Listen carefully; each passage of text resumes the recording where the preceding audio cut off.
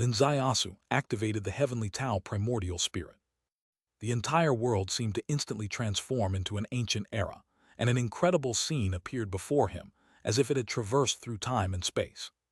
With a sword, accompanied by a mournful voice. First form of Li Ren swordsmanship, separation. Swoosh, the sword light extended infinitely, crossing 100 jang of space, slicing into the stone wall ahead like a supreme sharp blade. The everlasting green stone wall bore a barely perceptible sword mark. From the exterior, it was almost invisible. However, when probed with the heavenly Tao primordial spirit, it reached a depth of beyond 100 jang. A sword chi, in fact, severed this entire stone peak. Cold sweat drenched Lin Zaiasu's back. The arrogance he had felt after mastering this sword vanished without a trace in an instant. Separation. A single sword severing a mountain. This was what separation truly meant. But what had he comprehended? He was fundamentally wrong. What he had realized was speed. But now what he saw in separation, the true essence was not speed but sharpness. Unparalleled sharpness. The second sword. Accompanied by a faint sigh, second form of Li Ren swordsmanship, severing emotion. As the sword fell, the peak behind him split into two, breaking open a huge gap. Lin Zaiasu's heart raced, and even the heavenly Tao primordial spirit nearly deviated. Damn it! This road they had traveled, the path between the two mountains, was actually cleaved by a single sword. This road was in fact the second sword mark in the three ancestor sword marks, named severing emotion. There was also the third sword.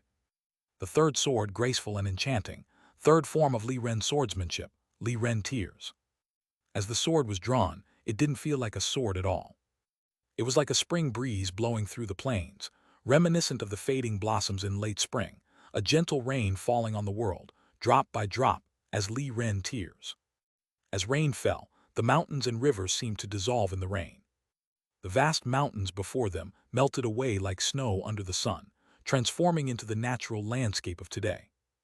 Lin Zaiasu's entire body stiffened. This was the third form, Li Ren tears. Under a single sword, the peaks dissolved into water beneath the sword chi, and the land changed its shape directly. Was this still a sword? This was clearly a great divine power, wasn't it?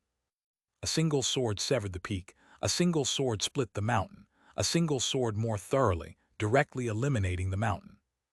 This was the three ancestor sword marks. Legend among the people said there were no three ancestor sword marks, probably not deliberately concealed, but because standing from their perspective, they simply couldn't see the three ancestor sword marks. These three ancestor sword marks required a primordial spirit to be triggered. Currently in Kunkang, no one had comprehended the primordial spirit. The three ancestor sword marks, buried in the long river of time and only existing in legend, Lin Zaiasu saw them clearly. Not only did he see the three ancestor sword marks, he also saw even more incredible scenes.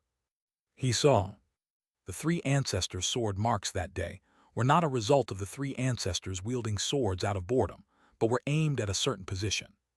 In that position, no one could be seen, only a red spider lily. A green-red spider lily. Separation severed the peak, but could not sever a single root of the red spider lily. Severing emotion could split the mountain, but could not cut off a drop of dew on the red spider lily. Li Ren tears dissolved a stretch of mountains and rivers, but could not dissolve the radiant splendor of the red spider lily. Struck by these three hits, the red spider lily seemed to awaken from its slumber. Three tendrils gently reached out, tracing an indescribable trajectory. The three ancestors simultaneously disintegrated into ash. Only a cry of two words from the ancestor who had unleashed Li Ren tears was left: reincarnation. The voice was filled with panic, filled with shock, and filled with immense despair. The word reincarnation, crossing over countless unknown years, even through the touch of Lin Zaiasu's heavenly Tao primordial spirit, still had an air of mysterious deterrence when it reached Lin Zaiasu's ears. It caused a momentary daze in his heavenly Tao primordial spirit. Not to mention all the current intelligence, even the palace master of Li Palace, Lu Sanqian, when mentioning Li Ren Valley, only spoke of the three ancestor sword marks and never of a fourth person. However, there was indeed a fourth person. No, Lin Zaiasu didn't see a person, only a red spider lily. Time flowed long, many legends have perished.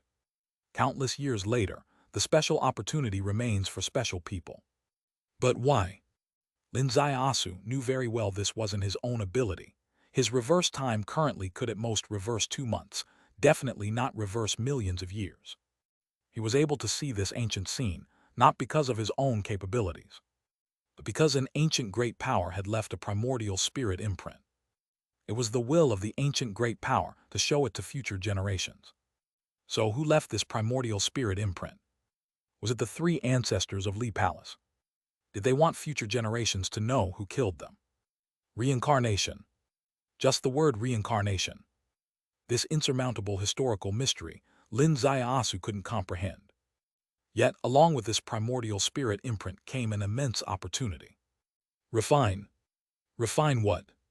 If possible, Lin Zaiasu would certainly abandon the 3 swords of leaving palace to solely cultivate the realm beyond the 3 swords, that once bloom of the red spider lily. Unfortunately, he couldn't refine it. He could feel each tremor of the red spider lily's tendrils. He knew with his toes every technique the red spider lily's tendrils performed, exquisite to the peak. But once he tried to feel it with a peaceful mind, it was all blank. He couldn't find an entry point at all. With his human Tao orchid heart, he was completely clueless. The entire night through, Lin Zaiasu immersed himself wholly. But until dawn, he still hadn't found any clue. Forget it, the realm was not reached, forcing it was futile. In the heavenly Tao primordial spirit, he imprinted the illusory shadow of the red spider lily. Then let go of this move.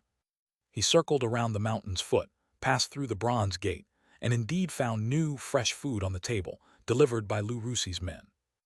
Lin Zaiasu ate the meal and returned to the valley to truly comprehend Sword Dao. Yes, that show-off move of separation was immediately discarded by Lin Zaiasu after the fastest reality check in history. In his mind, the sword used by the ancestor of Li Palace reappeared, reopening his contemplation rather than consulting the sword manual. Separation extremely sharp. Li Ren must eventually separate, cutting off all attachments this slash, decisively and smoothly this slash, sharp to the extreme. Human Tao orchid heart activated. The essence of this move floated in his mind, unraveling layer by layer. As he comprehended Sword Dao, changes occurred within his blood tower. A layer of faint light seemed to slowly generate from his entire body cells, adding a crystalline color to his blood tower. This change was also an opportunity for him. Li Ren Valley, sword chi running wild. The rampant sword chi massaged him. This was not some package in a hair salon. This was the inspection and remedy for his meridians. The foundation was rapidly consolidated in such an environment. The blood tower glowed faintly, marking the completion of the blood tower. The completion of the blood tower meant that his blood tower had passed the adaptation phase and could start the next journey. What's the next step? A poem bears witness. The blood tower silently moistens the waves. 9 dewdrops enter the Milky Way with tears. Gradually, the luminous radiance on his blood tower began to flow, becoming a dewdrop, trembling and clinging. Outside Li Ren Valley, the land of Kunkang, wind and clouds surged. An earth-shattering upheaval like a gigantic wave swept across the 1,000-mile expanse of Kunkang, leaving a thrilling impression. Close to Xiao Peak's Kangmeng Mountain, in the retreat place of Palace Director Ren Kangmeng, 17 top elders had gathered, striking a stone drum outside the gate. Inside, the secluding Ren Kangmeng awakened as if from a dream. What is it? Reporting to Palace Director, the great elder's white beard fluttered. Yesterday, a shocking event occurred. Lu Sanqian of Li Palace killed Dongfeng Lai and Li Palace seized Xiaoyao Peak. The people of Xiaoyao Palace were either killed or surrendered. Xiaoyao Palace has been destroyed. What? With a boom, the stone door sealing the retreat shattered abruptly, countless stone fragments rolling into the vast space. Ren Kangmeng stepped out, a grave expression on his face. Yes, absolutely true. The overwhelming aura of the palace director made the great elder kneel directly. Ren Kangmeng's gaze slowly lifted. In terms of cultivation, Lu Sanqian is still a notch below Dongfeng Lai. How was he able to truly kill Dongfeng Lai? Reporting to palace director, it was due to an array. The second elder knelt down. Array? Ren Kangmeng's eyelids twitched slightly. Did the Yin-Yang Palace take action? No, not the Yin-Yang Palace. It was an outsider named Lin Zaiasu, skilled in array path, who collaborated with Li Palace to set up an extremely insidious array path scheme. The Great Elder recounted the situation in full detail. Yes, the mystery of the destruction of Xiao Palace was no longer a mystery. All details were fully disclosed. Lin Xiaosu arrived in Kishui City, contacted Lu Rusi, the daughter of Lu Sanqian, overnight, planning the grand scheme to destroy Xiao Palace through the array. This person was an outsider who, in the outer world, had joined forces with Qianlong to destroy the Rai Xiao Temple. This had touched the reverse scale of Xiao Palace. It also drew the attention of various major forces in Kunkang. So as soon as he entered Kunkang, all forces related to the Rai Xiao Temple and those interested in him knew he was here. The three top elders of Xiao Palace tried to kill him outside Chunshui Palace, but were thwarted by a demon-faced witch who killed one of them. This demon-faced witch became an ally of Lin Zai, her identity remaining unknown. Lin Zai, skilled in array path, set up an array that could block all Enlightenment Realm individuals. The phrase, "only Enlightenment Realm can break," was indeed the key insidious point of this array. Dongfeng Lai, insisting on breaking this array, was disrupted by its power, losing his realm and was effortlessly killed by Lu Sanqian. The myth that Enlightenment Realm individuals in Kunkang are invincible has been shattered. The Great Elder spoke quickly but clearly. Ren Kangmeng's gaze flowed with killing intent. Waves of thought stirred in the killing intent. Palace Director, the third elder stepped forward. Xiao Palace and our palace have been allied through marriage for over 100 years. The rebellion of Li Palace's son cannot be tolerated. Subordinates believe we should immediately march to Xiao Peak and eradicate this bunch of remnants. The fourth elder also stepped forward. Palace Director, the third elder's words hold reason.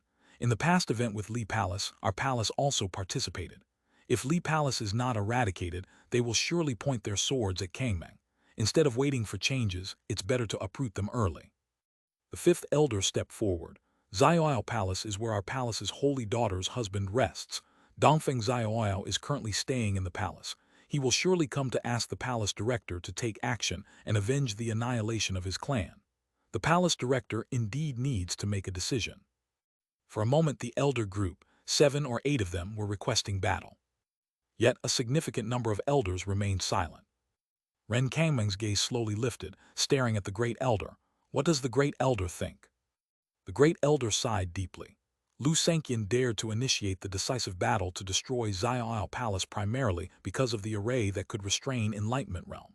Today, as various elders request a battle, how do you plan to restrain an Enlightenment Realm standard like Lu Sanqian? The scene fell silent. The Enlightenment Realm could not engage in a life-and-death battle. That was the iron rule of Kun Kang in the current special circumstances. Lu Sanqian dared to fight because he knew the array could lower Dongfeng Lai's realm. Otherwise would he dare? And now with a different opponent, Kangmeng Palace versus Li Palace. Does Kangmeng Palace have a way to lower Lu Sanqian's realm? If there is a way, proceed. You can battle any time and ensure victory. But if there's no such means, it's better not to act impulsively.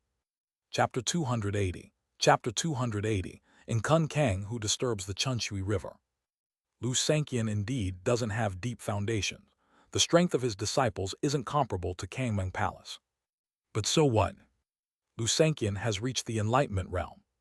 The greatest peculiarity of the Enlightenment Realm is that he alone is the ultimate trump card of a palace. You can kill everyone in Li Palace, but he alone can throw Kangmeng Palace into turmoil. Therefore, comparing the two forces actually has no meaning. Without a way to deal with someone in the Enlightenment Realm, no matter which palace initiates a fight to the death, both would perish together.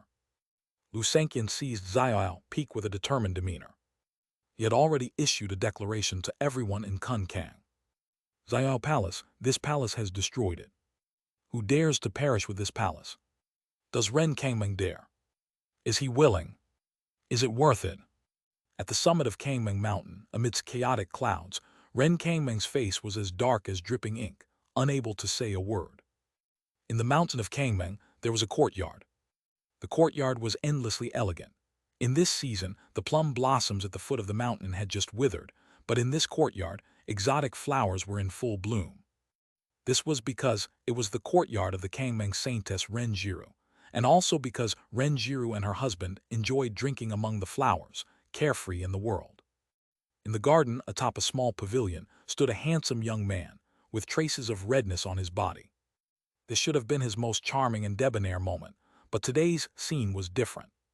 The perpetual light smile was gone from his face, and his brow was clouded with thick darkness that seemed never to have appeared before. He was Dongfeng Xiao, the saint heir of Xiao Palace. Typical saint heirs are always under the supervision of their sect masters, constantly being reprimanded, with strict teachers and fathers producing outstanding disciples, who in turn should assume great responsibilities. So typical saint heirs lead quite a constrained life. But he was different. He was a prodigy of wisdom, also a cultivation genius. He alone could connect with Kangming Palace, craftily destroy Li Palace, and repel Night Palace with a thundering strike. It could be said, the century-long strength of Xiao Palace was single-handedly built by him. His father Dongfeng Lai had boundless trust in him. The Xiao Palace elders were infinitely loyal to him. He wasn't a typical son-in-law in Kangming Palace. He was a remarkable son-in-law who could face his father-in-law boldly at any time. Though the world is vast, I am free and unfettered. Dongfeng Xiao was truly the one who embodied these 8 characters. However, today, he suffered the first significant blow of his life. His Xiao Palace was destroyed. Husband, a hand reached over, pressing onto his shoulder. It was a gesture of comfort from his wife. Dongfeng Xiao's entire body was stiff. Even his shoulder was. Renjiru's slender hand fell, seemingly holding boundless oppression within that shoulder, as if a volcano lay hidden. Husband, it is decided, you must control your grief.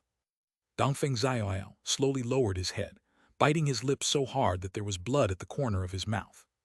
He was spitting blood, but he forced it down. Renjiru knew her husband was in great pain, and she also knew the real source of that pain. No one else in this world knew that Lin Xiaosu entering Kun Kang this time was actually a brilliant move by Dongfeng Xiao. Given Lin Xiaosu's sensitive identity, it would have been nearly impossible for him to enter Kun Kang smoothly, even if invited by the Chunshui Palace master. But Dongfeng Xiao helped him, clearing all obstacles for him to enter Kun Kang. Why such kindness? Because he wanted Lin Xiaosu dead. Outside of Kun Kang, Lin Xiaosu was beyond its reach. Any attempt to kill him would have to reckon with Qianlong, with every action fraught with uncertainties.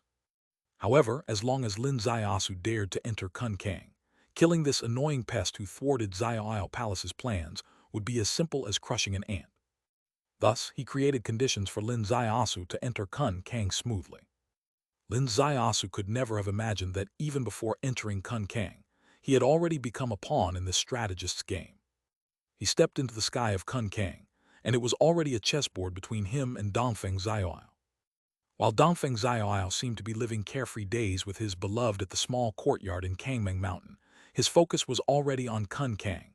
This was his norm, the legend of the saint heir of wisdom. Everything was going smoothly. Lin Xiaosu also step-by-step walked into a dead end. However, the outcome deviated. Lin Xiaosu executed an extreme counter-kill on him. Why extreme?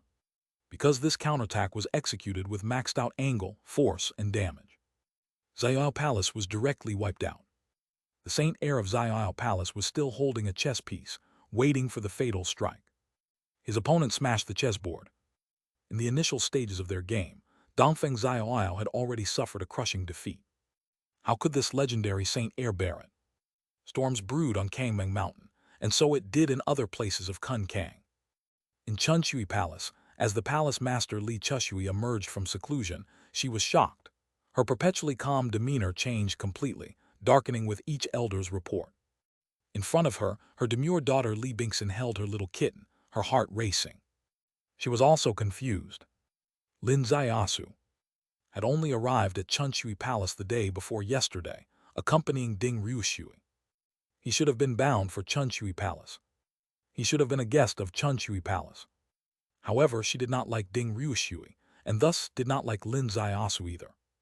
As a holy daughter of a mighty sect, she believed she had the right to say whom she liked or disliked. Yet this small figure, akin to an ant, actually mastered a raise. He directly brought about the destruction of Xiao Palace. He became the key figure in Kun Kang's upheaval. Is this possible? Li Chushui's gaze slowly fixed onto Li Bingson, who jumped up, startled. Mother. She had never seen such a look in her mother's eyes before. Li Chushui asked slowly, is Ding Ruishui in Fanhua City now? Yes. Li Chushui enunciated clearly. You, go to Fanhua City immediately and apologize to Ding Ruishui. Invite her back to the palace. Li Bingson trembled violently. She, what qualifies her, child? Li Chushui abruptly stood up, pointing a finger at her nose. Ignorant, incompetent, senseless, unperceptive. Who are you to judge whether others are qualified or not? Go to Fanhua City right now. Dare to say even half a word of refusal and I'll depose you. Her voice penetrated the house.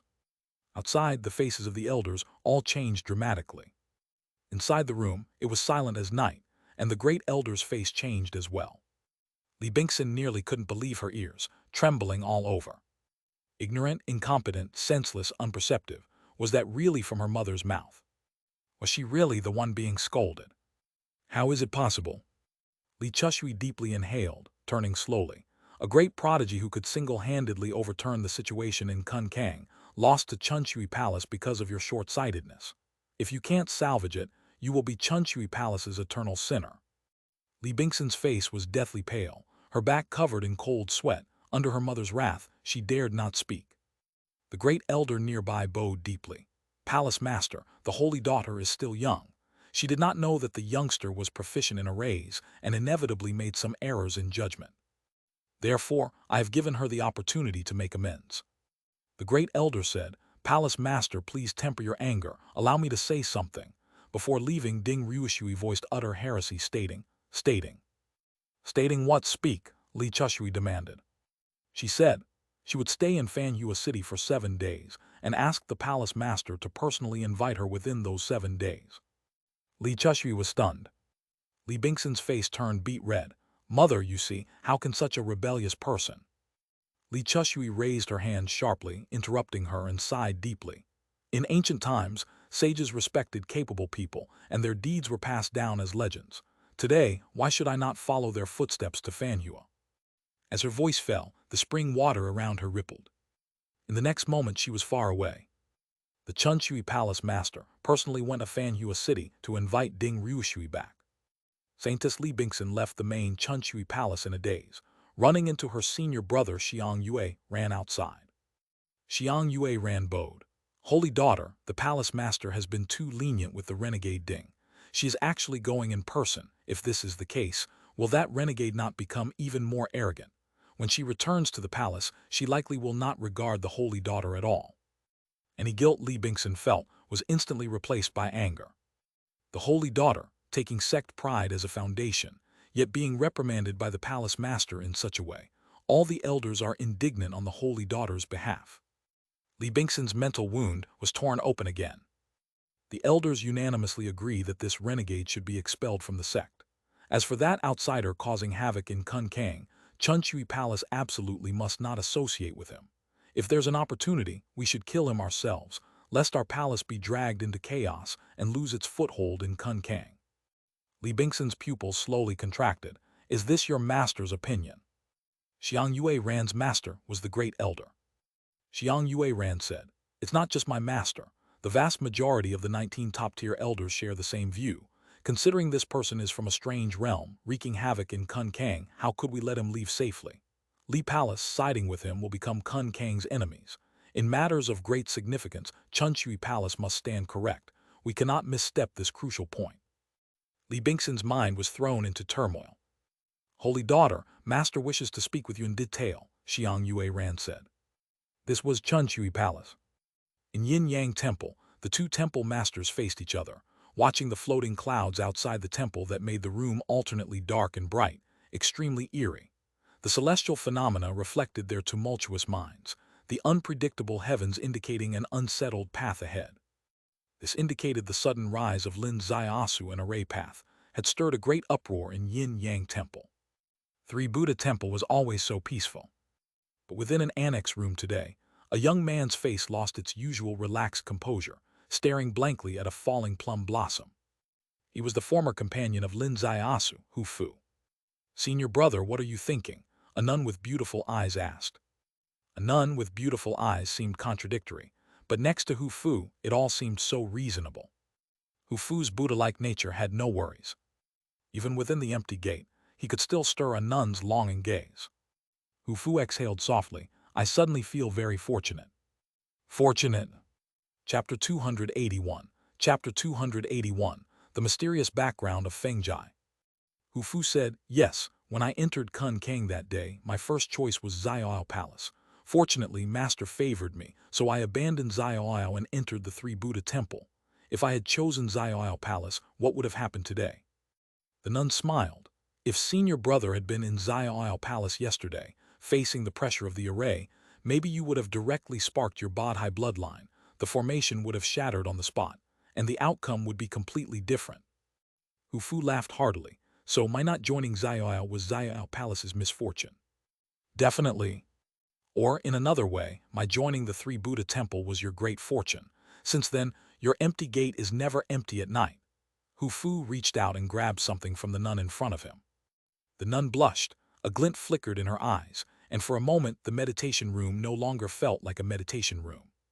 Kun Kang was actually not big. Information spread overnight, crossing mountains and ridges, reaching the far west. In the west, there was a valley, Shenghu Valley. It was full of red flowers and green leaves, with fruits and fragrances lasting throughout the year.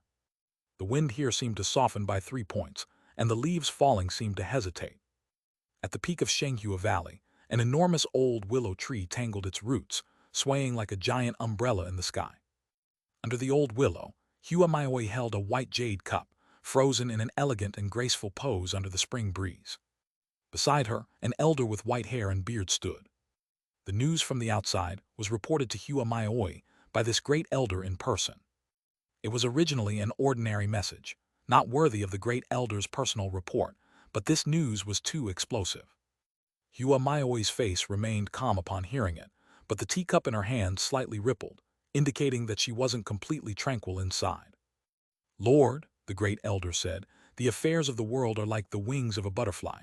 A single flap can stir great changes in Kun Kang. What will be the consequences of Feng Jai's flap this time? Others might only focus on Lin Xiaosu's array path. But in Shenghua Valley, the point of interest was completely different. Because what Shenghua Valley knew, others did not.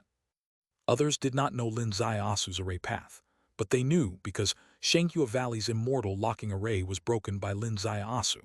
Although Lin Xiaosu did not reveal his name at that time, after unlocking the array, Shenghua Valley naturally investigated and eventually found out who the young man was. Others did not know who the demon-faced witch beside Lin Xiaosu was. But they knew. Feng Jai. Feng Jai of Shenghua Valley. Feng Jai left the valley originally to perfect her sword Dao, but now she became the wings of the butterfly that incited a great upheaval in Kun Kang. Because of her sudden appearance, Lin Xiaosu escaped the absolute kill of the 3 great elders of Xiaoyao Palace. This means that if it weren't for her, Lin Xiaosu would have died by Chunshui Lake, and none of the subsequent events would have occurred. Thus, although the great upheaval was caused by Lin Xiaosu, Feng Jai played a crucial role at the most critical moment. The great elder could foresee the boundless implications of this storm. He felt deeply uneasy about the butterfly wings flapped by the disciple of Shenghua Valley. Hua Maioi brought the cup of tea to her lips, took a gentle sip. The storm sweeps through the sky, I sail my boat across the seas and rivers. No worries. The great elder's white beard trembled. Lord, this matter is no ordinary storm. 3 Buddha Temple, Yin-Yang Temple, and Luonian Heaven, the 3 great upper sects, are deeply agitated. I believe we should immediately recall Feng Jai. If her identity is exposed, there will be endless chaos in Shenghua Valley. Impossible, Hua Maioi said. Feng Jai's cultivation has been stagnant for 300 years due to her sect loyalty. Now it has just restarted. How can our valley cut off her road for fear of unforeseen disaster? The great elder frowned. Feng Jai's cultivation stopped due to loyalty to the sect. What do you mean by this? Hua Maioi smiled lightly. In the eyes of the great elder, is it that I have deep feelings and loyalty towards Feng Jai? Of course, when you unearthed her from the ground, she was just bones. You used a century of your own cultivation to revive her. How is that not great loyalty and kindness? It is no ordinary kindness, it is rebirthing grace. Hua Maioi gently shook her head. You are wrong. To her I brought no grace but harm. Her bones were not entirely dead. It was I who accidentally hindered her cultivation. She could have massacred thousands in Shanghua Valley to replenish her vitality, but she appreciated the bond with her fellow disciples and refrained from killing even one person in 300 years, leading to her stagnated cultivation. This loyalty, the disciples may not know, but you and I must know. The great elder's face changed completely, alive as bones, killing to benefit oneself. Is this the legendary immortal scripture? Who is she really? Even I do not know her origins, she has forgotten too. Great elder, let's not dwell on it. She has formed a good bond with our valley and remains a disciple. No matter how others see her, we should only support, not hinder her. The storm swept the sky. Kun Kang was in turmoil. But in Li Ren Valley, it remained calm. Lin Ziasu sat cross-legged on a rock. The sun had crossed the sky above him 30 times. Another sunset. Lin Ziasu slowly opened his eyes. In his eyes, it seemed sword light intertwined. For a whole month, his human Tao orchid heart focused on one thing. Sword Dao. Li Ren swordsmanship. Clang. The long sword on his knee drawn. The sword drew unsheathed. The sharp sword light cut through the stone wall in front. No one saw where the sword came from. No one could block its edge. The sword's path was completely unpredictable. This was the first form of Li Ren swordsmanship, separation. With a light crack, a piece of stone fell from the wall in front. This was the power of separation. Even stone could be cut. Lin Ziasu's sword stood upright. That upright sword felt like lifting a giant mountain. The sword fell. It struck the falling boulder in the air. A tremendous boom. The boulder turned to dust. This strike was even stranger. Clearly a sharp sword, now it seemed like a thunderous hammer. Its strange power completely defied conventional sword Dao. Because it was the second form of Li Ren swordsmanship, severing emotion. Under another mountain peak, Feng Jai's eyes suddenly opened, and with a flash she appeared beside Lin Ziasu, seeing the sword in his hand. The sword, unrivaled in grace and elegance. She had never seen such beautiful swordsmanship. Why was this sword so beautiful? However, Lin Ziasu's sword seemed only beautiful and elegant in form, but lacked any real effect. Lin Ziasu sheathed the sword, his eyes a bit bewildered. Maybe bewildered by the emptiness of the third form of Li Ren swordsmanship, Li Ren tears. Maybe by something else, the change in his blood tower. As the sword move concluded, the drop that had hung and trembled in his blood tower for a month fell. The drop fell, rose into the sky, becoming a star over the blood tower. This was the first step from the observing earth realm to the observing heaven realm. When 9 stars shone, he would be in observing heaven realm.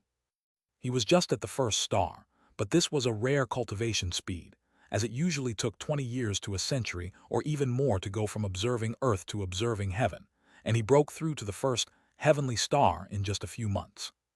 A voice from behind. Was that just now Li Ren swordsmanship? It was Feng Jai's voice. Lin Ziasu opened his eyes, nodded lightly. Yes. This sword, defying conventional sword Dao, holds profound sword truth hidden within graceful moves.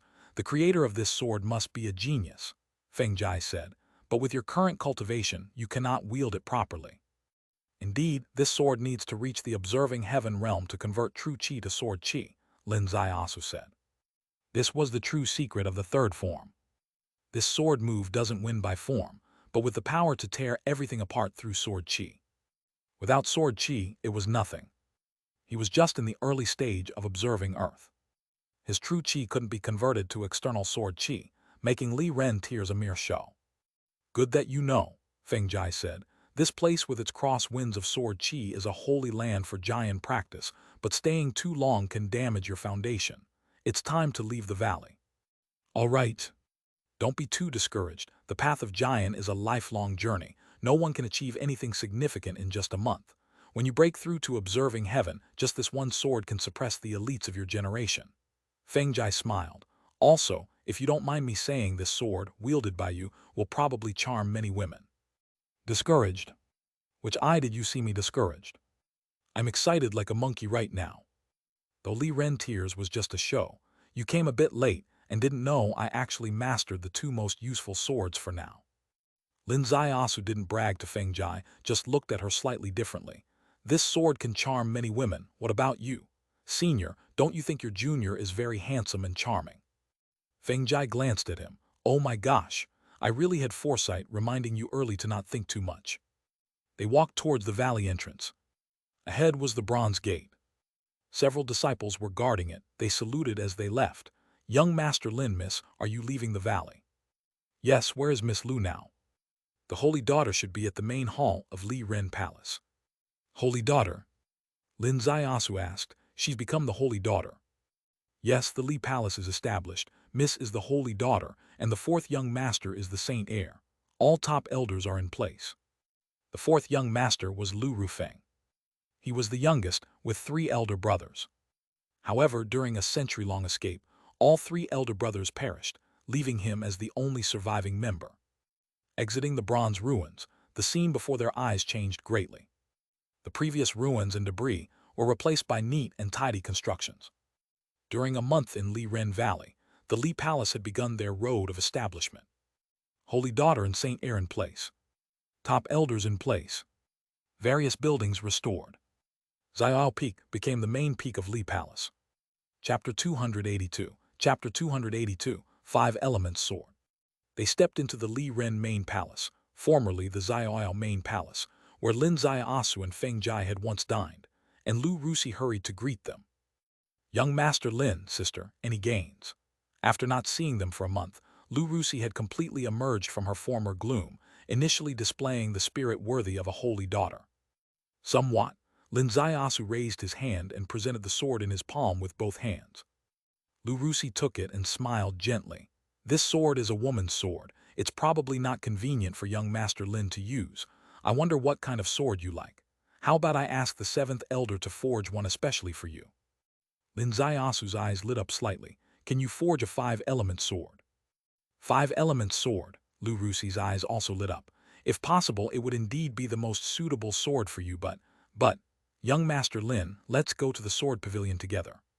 The 3 of them traveled together to the sword pavilion. Feng Jai's voice whispered into Lin Ziasu's ear. 5-element sword, junior brother, you are quite wild. Lin Ziasu's voice transmitted back. Why do you say that?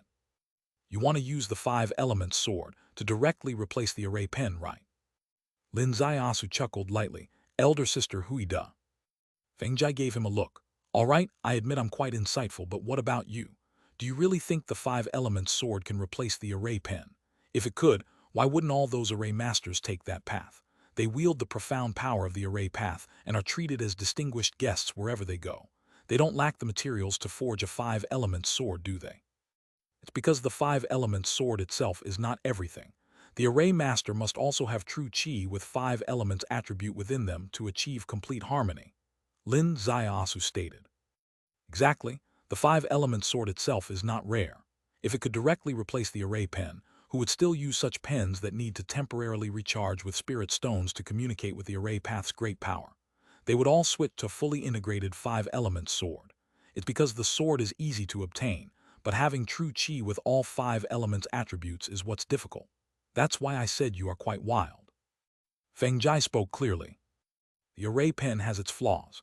The flaw is that each use requires a recharge of 5-element spirit stones. Don't think recharging is simple. Usually it's not a problem, but the world is full of unpredictable circumstances, and one situation can change dramatically, especially in dangerous times. A moment's unpreparedness can lead to drastic reversals, and if the spirit stone is exhausted, it can lead to death and the end of one's Tao.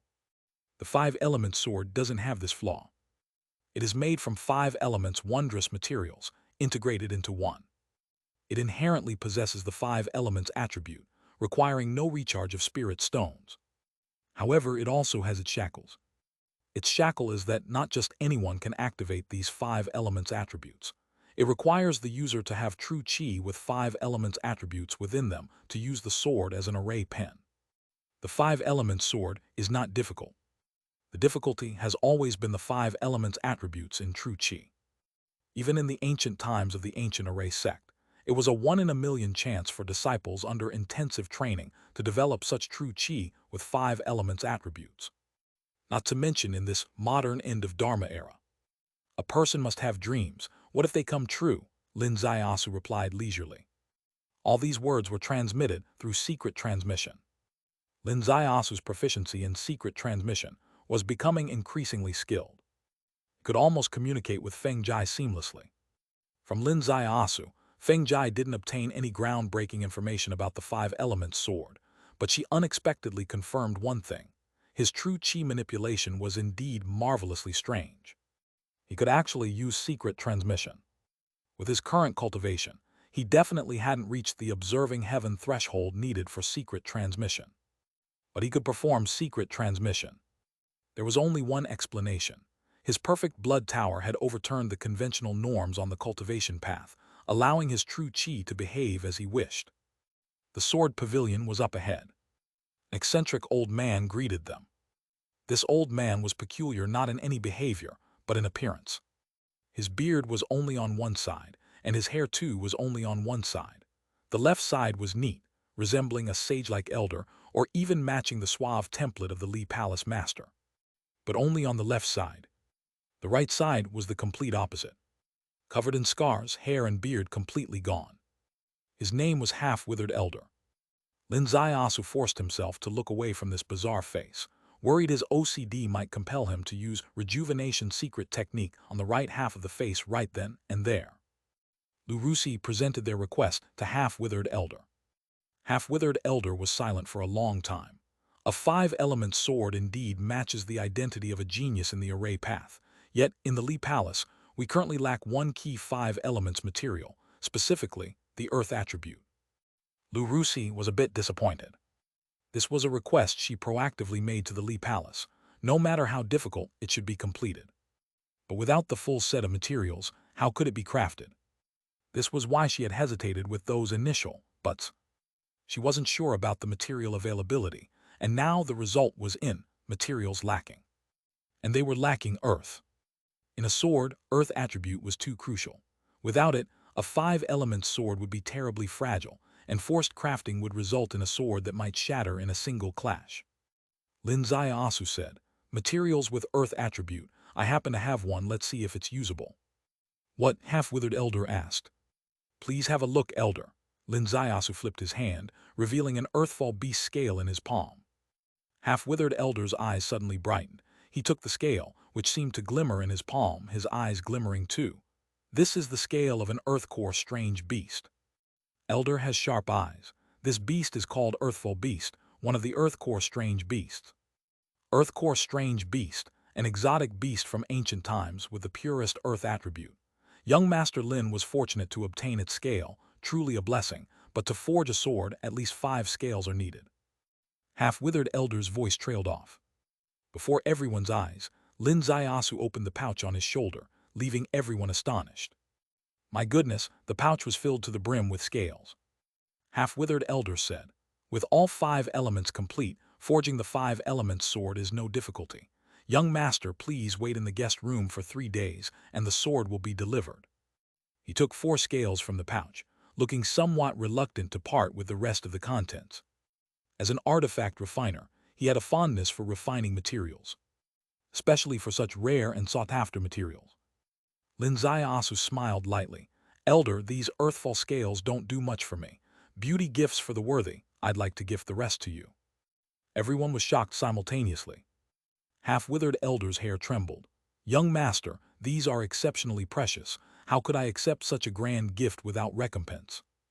"Elder, you are too modest. How about this? Besides the 5-element sword, please also craft 2 other items for me." Half-Withered Elder rejoiced. "May I ask what else you would like to craft?" "Firstly, a short knife, 7 inches in blade length. No other requirements, just sturdy." "Sturdy, a warrior's knife." "Warrior?" Lin Ziasu nodded lightly. "Let's call it that. Secondly, craft an armor for me."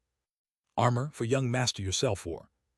"It's women's armor. Make it as lightweight as possible," Lin Ziasu instructed. "All right," Half-Withered Elder agreed. Lin Ziasu extended his hand, giving the pouch away. Half-Withered Elder happily accepted. As an artifact refiner, he couldn't help but be envious upon seeing the earthfall scales. However, it would be improper to accept them without crafting something in return. This way, he felt more comfortable accepting the gift. The old man was elated. Lu Rusi glanced at Feng Jai. God bear witness, she didn't say anything, but it seemed like at that moment she and Feng Jai were in sync. Feng Jai's voice whispered in her ear, "Don't look at me like that. The women's armor isn't meant for me." Lu Rusi smiled lightly. "Elder, crafting these items will probably take at least 5 days. Young master, sister, let's return to our rooms." In the next 5 days, Lin Ziasu and Feng Jai stayed in the Li Palace guest room. Outside under the bright sun, each day saw added hues. When spring begins, it never stops. Spring comes, and each day the mountain flowers bloom more brilliantly. On the 5th day at dusk, Lu Rusi brought the crafted items. A long sword, 3 feet 7 inches. White meteor as the hilt, purple meteor as the core, fused with gold crystal iron, burning sky stone, earthfall scale, bishui steel and kunkang wood.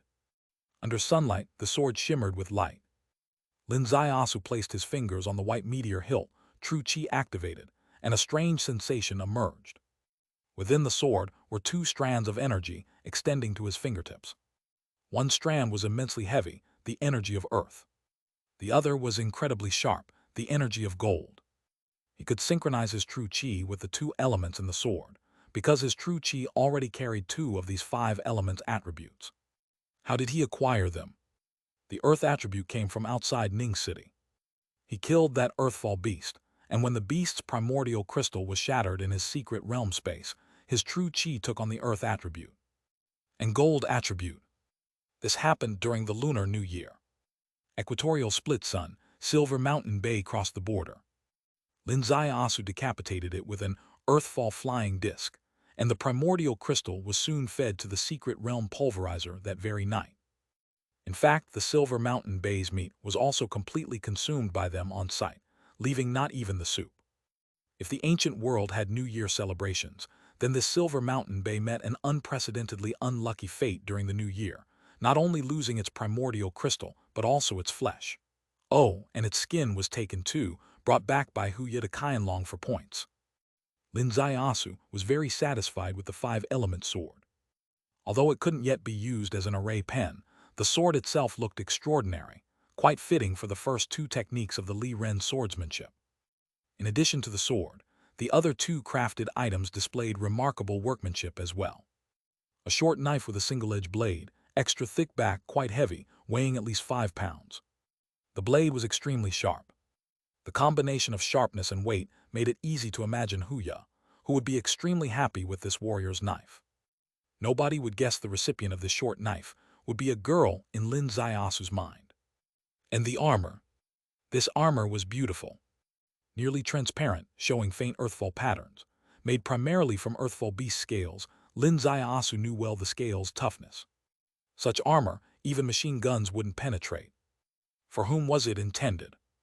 It definitely wasn't for Feng Jai. Even though she always wore a mask hiding her face, one thing was clear. She had no chest while this armor had ample space. Beside her, Lu Rusi peered at the chest area, then glanced down at her own, barely seeing her feet. Her heart raced. Could this be made for me? Among them, her chest was the only one that could fill this ample space. Chapter 283. Chapter 283. The Empty Fort Strategy on the Ferry. However, Lin Ziasu packed all these items into the return bag. Except the long sword. The long sword hung at his waist. Lu Rusi felt a bit disappointed. It turned out the armor wasn't prepared for her. Feng Jai breathed a slight sigh, seemingly a bit relaxed. Lin Ziasu raised his gaze. "Holy daughter, there's something I'd like to inquire about." "What is it?" "Among the subordinates of Xiao Palace, is there someone named Hu Fu?"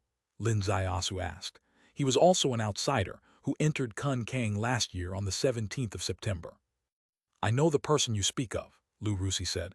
"He didn't join Xiao Palace, he entered the 3 Buddha Temple." 3 Buddha Temple. "Yes, the 3 Buddha Temple," Lu Rusi said. "I paid attention to him because of his unique constitution. He has the Bodhi bloodline. Such people can also be described as naturally possessing Buddhahood. Are you an old acquaintance of his, young master?" Lin Ziasu showed a faint smile. "We once embarked on an adventure together, so I guess you could call us old acquaintances." His catchphrase was indeed just this. "I, Hu Fu, am naturally blessed with Buddhahood."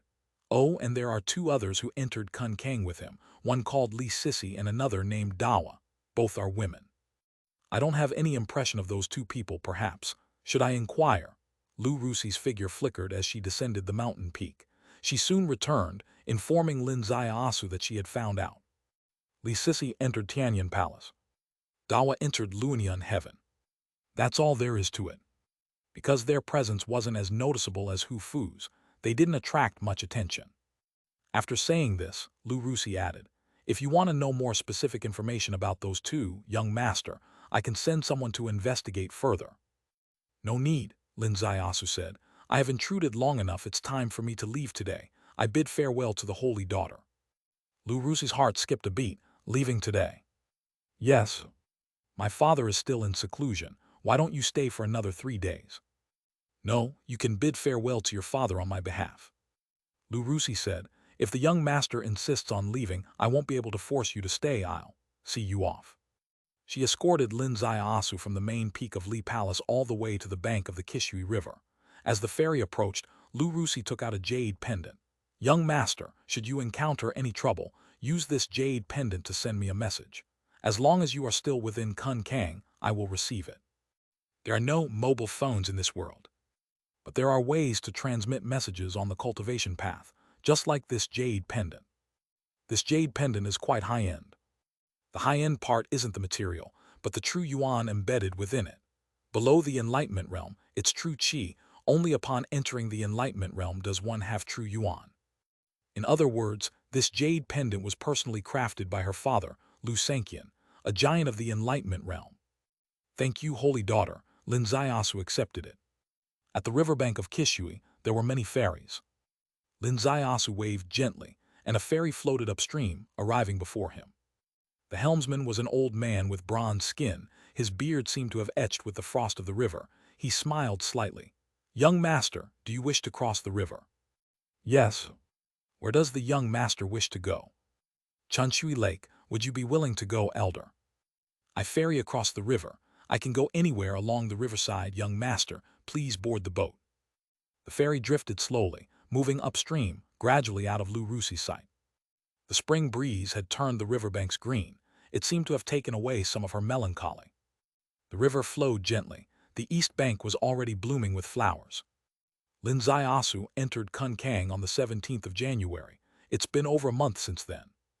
In over a month, it only took 3 to 5 days to wipe out Zaiao Palace. Most of the time, he was in Li Ren Valley comprehending the sword. One has to admit, in the cultivation world, time really isn't valuable. In a month, he only comprehended 2 sword moves. Of course, this "only" was a sentiment probably only Lin would have.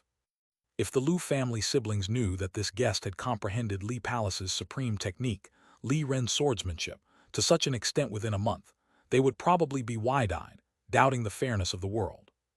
As the ferry sailed, the river flowed gently, and Lin Zaiasu sat in the cabin, gazing at the river's surface.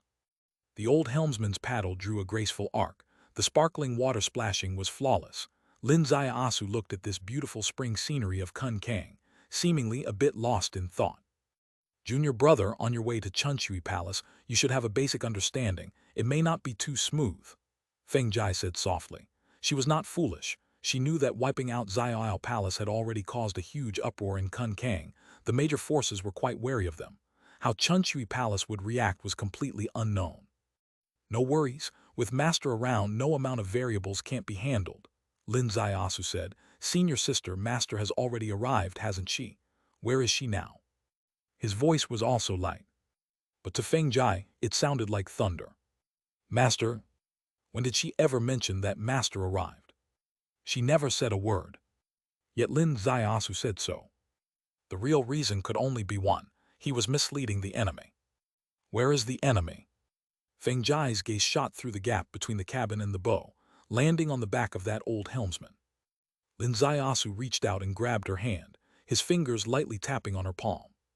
Feng Jai's gaze moved to Lin Zaiasu, meeting his eyes and the slight nod of his head. Feng Jai said, "Master's cultivation level, even among the giants of the enlightenment realm, is top tier. When she doesn't want to reveal herself, I also don't know her whereabouts." These 3 sentences were spoken lightly. If the helmsman was an ordinary person, he probably wouldn't hear a word. But if he wasn't, he could catch every word perfectly. Because this answer was meant for him to hear. and the words that followed, Feng Jai didn't intend for him to hear. Secret transmission. There's a problem with this helmsman. Yes, he's a high-stage peeping earth cultivator. Lin Ziasu also transmitted in secret. Feng Jai said, high-stage peeping earth, I didn't even notice. Has he cultivated some kind of stealth cultivation technique? On the cultivation path, those with high cultivation levels can usually see through the cultivation realm of those with lower levels. But it's only in general circumstances. If the other party has cultivated a stealth technique, with all their true chi internalized, even someone one level higher may not see through it. He should have, Lin Ziasu said. How did you notice then? Feng Jai felt somewhat unconvinced. Lin Ziasu said, not by sight but by judgment. Senior sister, you're still wearing that dazzlingly seductive mask. As long as anyone has a bit of crisis awareness, they would know we're troublesome and wouldn't voluntarily ferry us across the river for 2 kun coins, tying themselves to us on a rickety boat. When I waved at the Kishui riverside, most helmsmen pretended not to see, only he came forward. Feng Jai's gaze fell on the paddle, then moved up along it. Upon closer observation, she finally noticed something amiss. The helmsman's hands had calluses, but they didn't seem like they were from paddle handling. They looked more like they were from holding a knife or sword. His movements appeared smooth, but this fluidity seemed different from those who had paddled for decades. It was more like his hand strength was effortlessly controlled, demonstrating a mastery that appeared like seamless paddling to others. These small details were something she wouldn't have noticed without the preconceived notion. But with the doubt in mind, it all fell into place. For a moment, Feng Jai's heart was slightly stirred. This junior brother truly had sharp eyes. No, it wasn't just about vision, it was his judgment. She inwardly admired Lin Ziasu, but still didn't understand the real situation. The real situation was that Lin Ziasu saw through the helmsman's disguise using his eyes, but not in the way she thought. It was the heavenly Tao wisdom eye. And another divine skill that Kun Kang couldn't accept, heavenly Tao primordial spirit. Under the heavenly Tao primordial spirit, Lin Ziasu precisely knew that the old man before him had a blood tower within him. Moreover, on the blood tower, there were 8 drops of stardew, peeping earth level 8. Feng Jai exhaled gently, the breath accurately entering Lin Ziasu's ear. Is he from Kangmeng Palace? Perhaps. Ren Kangmeng might already be above us. Ren Kangmeng, the palace master of Kangmeng Palace, was a giant of the enlightenment realm. If he had arrived, then their journey in Jianghu was doomed from the start. If a giant of the enlightenment realm wanted to kill, who in Kun Kang could stop him? That's why I told them Master had arrived. Feng Jai's inner world was in turmoil. 3 sentences upon boarding the boat, each with hidden meanings. He saw through the helmsman's disguise. He turned the situation to their advantage, using 3 sentences to steady the helmsman, and in fact, the helmsman wasn't their main concern. The real target to steady was the person behind the helmsman. A giant of the enlightenment realm could move through the void and hide in any corner. He could be in the air or underwater. With their level of cultivation, it was impossible to guard against him. But this sentence could make a hidden giant think twice before acting. No one knew who the demon-faced witch was. Even in Xiao Palace, no one knew. Feng Jai had always worn the demon face mask while dealing with them. But her terror was known throughout Kun Kang. Who would her master be? No matter who, it would be someone extremely terrifying. If the disciple was this terrifying, who would dare to underestimate her master? Through 3 brief exchanges, Feng Jai made it clear to the helmsman, and by extension the major figure behind the helmsman, that any attempt to move against them might fail. Because besides them, an inscrutable super expert had already arrived. The small boat glided across the river. The spring breeze gently brushed past their ears. No abnormalities appeared. They could already see the long corridor by the Chunshui Lake. Chapter 284. Chapter 284. I will strike with only one sword. There was no expression on Lin Ziasu's face. However, in his heart, it was as if a great weight was hanging. He didn't know whether Feng Jai had already contacted Hua Maioi, the master of Shenghua Valley. He also didn't know how long it would take for Hua Maioi to arrive if she did come. He even didn't know if there really was a giant of the enlightenment realm hiding behind this helmsman, what kind of personality this giant would have. If he was a hothead who would act without considering the consequences, then his little life might be over. This was a kind of despair of being unable to control the situation. This had rarely happened since he embarked on his cultivation path. However, as they neared the spring water corridor, the gloom in his heart quietly dissipated. As long as he stepped onto the domain of Chunchui Palace, he would have another path. Chunchui Palace Master Li Chunchui, another giant of the Enlightenment realm. He was confident he could persuade Li Chunchui to stand by his side. What he didn't know was, at the riverfront they had just passed, atop a high peak, two figures appeared as if from thin air. One was Dongfeng Xiaoyao, the Xiaoyao saint. The other, unexpectedly, was Ren Kangmeng, whom they had speculated about. Ren Kangmeng looked unusually solemn, his gaze scanning the 100-mile river surface and the deep mist around, searching for any hint of an Enlightenment realm aura. But he couldn't find it. Xiaoyao, they are nearing Chunchui Palace, should we? Ren Kangmeng's eyes flickered. Dongfeng Xiaoyao gently shook his head. The matter of Chunchui Palace is our top priority. We cannot afford to make a small mistake by aiming big. If we accidentally attract another Enlightenment realm giant, it will undoubtedly lead to new variables. At this time, no variables are permissible. Ren Kangmeng nodded slowly. I have faith in your plan. However, if they go to Chunchui Palace now, could it itself be a variable for Chunchui Palace? Rest assured, father-in-law, I have already made arrangements within Chunchui Palace. This child's heavenly pride nature ensures that he cannot surpass the spring water corridor and penetrate deep into Chunchui Palace. Heavenly pride nature, can that too become a pawn in your hands? The way of the wise, everything in the world, what cannot become a pawn? Dongfeng Xiaoyao replied proudly. Ren Kangmeng laughed. How comforting it is that you, my son-in-law, maintain your true self despite such tremendous changes. Dongfeng Xiaoyao slowly raised his gaze, looking far toward Xiaoyao Peak 100 miles away. A wisp of mist brushed past his face, and his eyes at that moment became enigmatic. Xiaoyao Peak had already changed hands. Xiaoyao Palace was now a thing of the past. But Li Palace Road is 3,000 miles long. Lin Xiaosu, the demon-faced witch of yours and your sect. Do you really think that I, Dongfeng Xiaoyao, will become a stray dog from now on? I can still re-establish Xiaoyao Palace by my strength alone. And the first starting point is bringing you into Kun Kang's Chunchui Palace. Any sect related to you will eventually pay the price. The spring water corridor was exceptionally clear in sight. Just like that day, many disciples were on the corridor. On Chunchui Lake, a light boat as gentle as snow fell into the clear pond. It was peaceful and serene, like a fairyland on earth. Lin Xiaosu's brows furrowed without knowing when.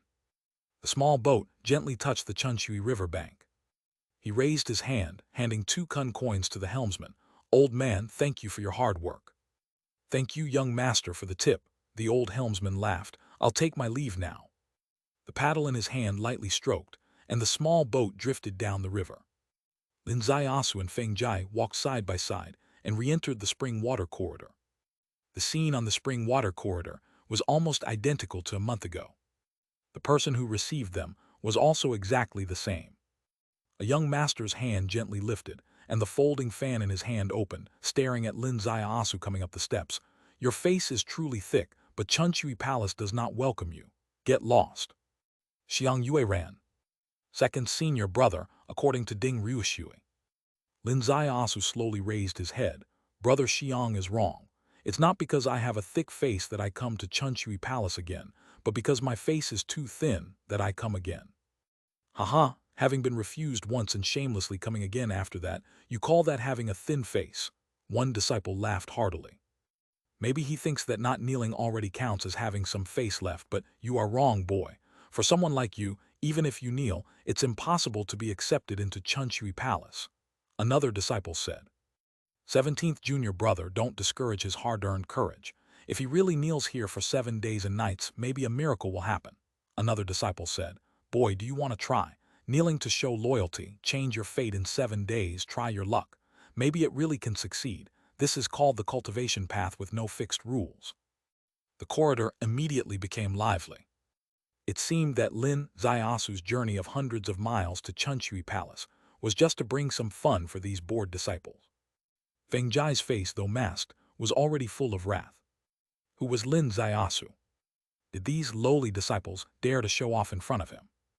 A heavenly pride like him could change the destiny of a major sect alone just by his words. If he spoke, your Chunshui palace would lose him forever.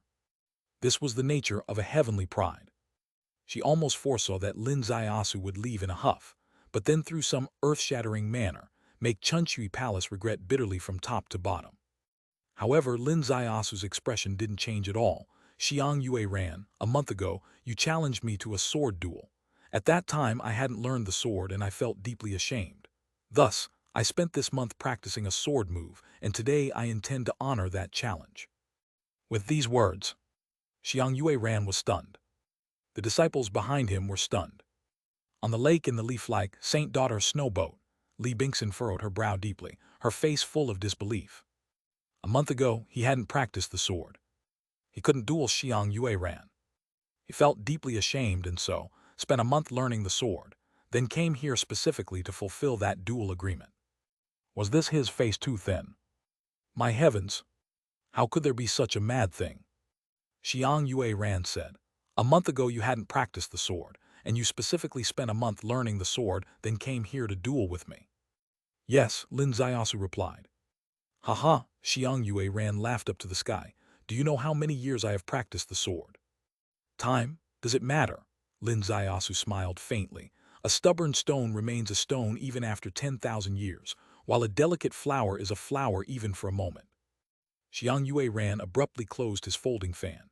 His eyes locked firmly on Lin Zaiasu. Lin Zaiasu raised his gaze, staring at him. How about a bet? What kind of bet? I will strike once, Lin Zaiasu said. If you can take it, I lose. If you can't, you lose. One strike. And a strike he had hastily learned in a month. Everyone looked at each other. A wisp of voice slipped into Lin Zaiasu's ear. It was Feng Jai's secret transmission. What on earth are you up to? Lin Zaiasu's voice returned. Senior sister, the situation is serious. Do not ask too much. Hurry and contact the Lord. Ask her to come immediately. Feng Jai's heart shook greatly. Serious situation. What else did he see? To her eyes, there was nothing special at all. Today's spring water corridor was no different from a month ago, and the people blocking the way hadn't changed. What was special about it? If it were the usual Feng Jai, facing Lin Zaiasu's unreasonable judgment, she would undoubtedly question it. But today, whether she believed it or not, she obeyed first. She silently activated a jade pendant. A quarter of an hour. 3 words were transmitted into Lin Zaiasu's ear, and he calmed down. From Shenghua Valley to here, covering hundreds of miles, it only took a quarter of an hour. This was the power of an Enlightenment Realm giant. Very good. Then let's use this quarter of an hour to do something. Xiang Yue ran dared a bet. With these 6 words, Xiang Yue ran laughed heartily. Such a reckless bet, I ordinarily wouldn't deign to engage in, but as the saying goes, one courts disaster by oneself. If you lose, cut off one arm yourself and crawl out of Chunshui Palace on your knees. Agreed, Lin Zaiasu said, if you lose. He actually agreed. Everyone looked at each other, hardly daring to believe their ears. Even Feng Jai's heart started to pound. Is this just to buy time for the master to arrive? But why make it so sensational? What if the master doesn't make it in time and you have to bet in a moment? What will you do? If it's not limited to swordsmanship, with your cultivation and comparing with Xiang Yue ran, you might be able to hold for 10 or 20 moves against him. But if it's confined to swordsmanship, you probably won't last a single strike, let alone defeat him. And what's more, you've restricted yourself to only one move. Do you know swordsmanship? Yes, that one move of your Li Ren swordsmanship is very beautiful. On stage, a bunch of infatuated fans would definitely applaud, but that's just for show. How can it be a real fight? All the while, her heart was in turmoil. Xiang Yue ran said, if I lose, everything is at your disposal. Since losing was impossible for him, he posed as magnanimous. Lin Zaiasu said, good. If you lose, no one in Chunshui Palace shall stop us from entering the Chunshui main hall. Additionally, I want the pet in the Saint Daughter's arms. Everyone's gaze lifted simultaneously, staring at the Saint Daughter's snow boat on the lake. On the snow boat, the white civet cat in Li Bingson's arms also pricked up its ears, as if even it couldn't believe it. Li Bingson laughed. As expected, there's no normal person traveling with the scum of the Ding family. It's a bet.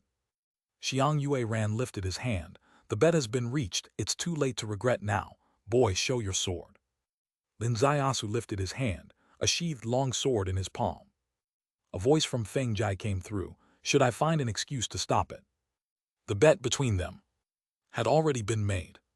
The direct parties involved couldn't regret it, but if an uncontrollable external force caused the bet to fail, it could naturally prevent the bet from truly taking place without the parties involved losing face. In Feng Jai's understanding, it was probably time for her to call it off. She also thought that Lin Zaiasu's highly publicized bet was merely to buy time for their master's arrival. If the goal was just to buy time, some twists and turns were needed themselves, avoiding the bet from stepping directly into an irreversible one-way track. No need. Two words came back from Lin Zaiasu, and Feng Jai sank. Chua. Xiang Yue Ran's sword was drawn. Chapter 285. Chapter 285 Space Law collects beloved pet. The sword, entirely green, is extremely peculiar. The green sword trembles, and strange green waves seem to bloom in the void. Xiang Yue Ran moves with the sword. His entire being seems to transform into an unpredictable wave beneath the sword light. This is the most mysterious sword in the Chunchui swordsmanship, Chunchui enchantment. The sword is like spring water, and people are like waves. The sword moves with people, sentimental yet heartless. Xiang Yue Ran himself is a person who is both sentimental and heartless, and he has the deepest understanding of this sword technique. Facing Lin Zaiasu, he did not underestimate him, because the day Lin Zaiasu faced him in a duel, he was once shocked by Lin Zaiasu's sudden emergence of Dakongxuan. This time's bet is only on one sword. He uses this style to advance and attack, retreat and defend, and it is also his most skilled Chunchui enchantment to overcome the enemy. Let's not talk about you, Lin Zaiasu, even if facing this demon-faced witch who can kill in one sword strike at the observing heaven realm, against such a flawless sword, unless you use cultivation to strike hard, purely in terms of swordsmanship, you can't possibly defeat me with one sword strike, can you? You are absolutely right. Feng Jai's thoughts at this moment are exactly the same as his. If she were to retreat to the initial stage of the observing earth realm at this moment, facing this offensive and defensive Chunchui enchantment, it would most likely be something she couldn't accomplish, defeating the opponent with one sword. She herself couldn't achieve it. She couldn't understand how Lin Zaiasu could. However, the next moment, Lin Zaiasu drew his sword. As the sword was drawn, the sound of a sword rang. Swoosh! The sword light flashed. Like a weak moonlight sweeping through the Chunchui pool, this faint light, though barely perceptible, was incomparably sharp. Feng Jai's eyes widened suddenly. Xiang Yue Ran's arm flew directly into the air. His Chunchui enchantment completely dissipated. Clang! The sword rang again. Lin Zaiasu sheathed his long sword. Xiang Yue Ran stood dazed, and suddenly let out an earth-shattering scream. Above the spring water corridor, all the disciples retreated simultaneously, their faces completely drained of color. Their second senior brother had his arm severed by one sword. On the snow boat in the lake, Saintess Li Bingxin suddenly stood up, her expression changed. Li Ren's swordsmanship's first style, separation. Kun Kang is not big. There are only 83 sects. Renowned swordsmanships are no more than a dozen. Among them, Li Ren's swordsmanship is not unfamiliar to everyone. Saintess Li Bingxin has seen Li Ren's swordsmanship, and even seen Li Palace's direct descendants perform Li Ren's swordsmanship. She did not think it was remarkable. The first style is nothing more than speed. The second style is merely fierce. Today, this sword move was performed by someone who wasn't even a disciple of Li Palace. It seems to be, yet not to be. On one hand, it really is fast. But on the other hand, it is not just fast. How is this possible? His swordsmanship has surpassed the direct descendant of Li Palace. He really practiced swordsmanship for just 1 month. Considering that he is an outsider, it indeed seems possible because, currently, the outside world does not speak with swords, and carrying a sword while traveling leads to multiple security checks. Who would practice swordsmanship? And where is the soil for practicing swordsmanship? But to say that in just 1 month of practicing swordsmanship, he truly grasped the essence of Li Palace swordsmanship, and performed separation to such a level, completely overturns the norms on the cultivation path. At the moment when she was greatly shaken, she felt a lightness in her arms. The little raccoon cat in her arms disappeared. Li Bingson's gaze abruptly lifted. She saw a sword light in the air. Swoosh! The white raccoon's head flew up. Lin Zaiasu stretched out his hand. This head, this small body, was stuffed into his bag. Bold scoundrel, you! Li Bingson was furious. This raccoon was her beloved pet, an exotic beast of the water element, which greatly aided her in practicing water element techniques, and now its head was severed by a sword. How could she not be filled with rage? Lin Zaiasu smiled faintly. Saintess, don't forget the bet was clear earlier you lost, so this raccoon's surname is Lin. Whether I roast it to eat or sell it, it's my own business. Li Bingson's face was covered with a rolling storm of dark clouds. In the bet agreed upon earlier, this raccoon cat was indeed the wager. But she had only bet, thinking it was certain to win. Now to lose. After losing the bet, this raccoon truly bears the surname Lin. Lin Zaiasu's disposal of it is indeed not something outsiders can interfere with. However, this was her constant companion in cultivation. You took it away is one thing, but you directly severed its head. What is this? Wasting a precious resource. This is also harming others without benefit to self. This damaging move truly served to give a solid slap to Chunshui Palace, on her, Li Bingson's face. For a moment the calmness like boundless blue waves in Li Chushui, inside her heart, was disrupted. Beyond the long dam, on the mountain top, Ren Kangmeng's pupils suddenly contracted. Above the spring water corridor, no one could see him, but as a giant of the Enlightenment realm, he could clearly see the spring water corridor. The swordsmanship competition between the two, though causing the spectators' hearts to race, was purely child's play to Ren Kangmeng. No matter how stunning the swordsmanship talent it is. Because he is a giant of the Enlightenment realm, he has already surpassed the entire observing realm, making any observing realm to him child's play. However, he noticed a point that others would overlook. That was the raccoon cat being void-grabbed by Lin Zaiasu. People of the observing heaven realm can extend true chi outward, and void-grabbing is not strange, but Lin Zaiasu hasn't reached the observing heaven realm. Theoretically, he doesn't have the ability to void-grab, yet the trophy used as a wager was actually taken by him. Moreover, the method of capturing was extraordinary. That little white cat was held in Li Bingson's arms one moment, and appeared in Lin Zaiasu's hand the next, with absolutely no trace in between. At least, Ren Kangmeng did not see the trajectory of the white cat's action. What does this imply? It implies that this method of void grabbing, even he, a giant of the Enlightenment realm, cannot possibly accomplish. Lin Zaiasu cannot possibly possess such a miraculous method. From Ren Kangmeng's perspective, perhaps the only explanation is that a master of the Enlightenment realm behind Lin Zaiasu did it for him.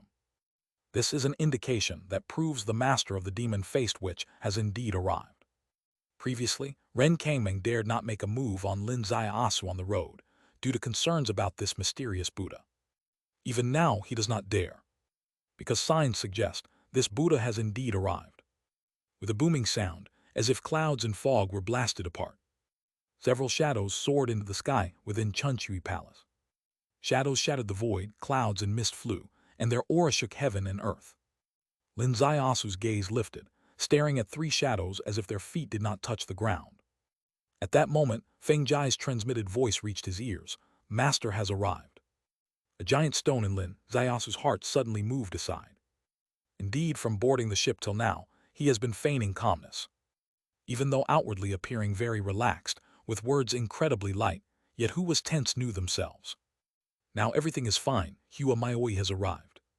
No matter which Buddha hides in secret, there's no need to worry too much. The other side has a hidden expert before they emerge. It would be best for the Lord to not act lightly. Lin Zaiasu said, Senior sister, you might have to take the lead on this. Feng Jai understood the first half. Giants of the Enlightenment realm, after all, attract attention, especially under the current complex and sensitive Kun Kang situation where all sides strive for caution. If the other side doesn't emerge, it's best for us not to either. But she's supposed to take the lead. What does this mean? Feng Jai directly asked. Lin Zaiasu said, Chunshui Palace is undergoing major changes. We need to force our way into Chunshui Palace. Chunshui Palace is undergoing major changes. How can you tell there's a major change? Today's spring water corridor is exactly the same as a month ago. Precisely because it's exactly the same, major changes are bound to occur. Lin Zaiasu said. It sounds very puzzling, but with a careful analysis, one can see the proof of this point. How to analyze? Li Chushui specially sent Ding Ruishui out to invite Lin Zaiasu. Li Chushui originally intended for Chunshui Palace to cooperate with Qianlong. Lin Zaiasu's first visit met obstacles, which can be explained by Li Chushui was in seclusion and didn't know of his arrival. But what about today? Today, he is very much the focal character who just stirred up the storm in Zaiao Palace. This storm was so great Li Chushui couldn't possibly be unaware. No matter how many people in Kun Kang stay respectfully distant from him, Li Chushui shouldn't be among them. Because in Li Chushui's dictionary, Lin Zaiasu is an ally she invited herself. The greater Lin Zaiasu's capabilities, the more she believes the path she's on is right, and the more reluctant she is to give up. So his second visit shouldn't have the same reception as the first. The proper way should be to gather all the elders, have Li Chushui personally come to the corridor to greet him. However, Spring Water Corridor remains identical to the first time. What does this imply? Lin Zaiasu has a bad premonition that Li Chushui may have already met with misfortune. He originally didn't know Li Chushui. Her life or death is none of his concern. But there's someone he has to care for, because that person is Ding Ruishui. Ding Ruishui has all her foundations and reliance in Kun Kang. Only one person, Li Chushui. If her master encountered misfortune, then what about her? From the attitude of Saintess Li Bingxin toward her, from the attitude of the disciples toward her, one can see her tragic fate, the fate of someone who hinges all their reliance on one person and sees it crumble. Therefore Lin Zaiasu is truly worried. Even though until Hua Maioi arrives, being worried is futile. Yet now everything is different. Who? 3 shadows fell from the sky. Chunshui Lake seemed to freeze for a moment, ceasing its waves. Though only 3 shadows arrived, people of the peeping heaven's top layer have unparalleled intimidation. Great Elder, Second Elder, Fourth Elder, all disciples on the corridor bowed in unison. Master, Xiang Yue Ran cried, holding a broken arm. The arrivals were top figures among Chunshui Palace's elders, the Great Elder, Second Elder, and Fourth Elder. The Great Elder looked at his direct disciple Xiang Yue Ran's broken arm, layers of dark clouds piled on his face. Slowly, his gaze lifted, fixing on Lin Zaiasu, and in one glance, an unseen layer of dark clouds seemed to gather over Lin Zaiasu's head.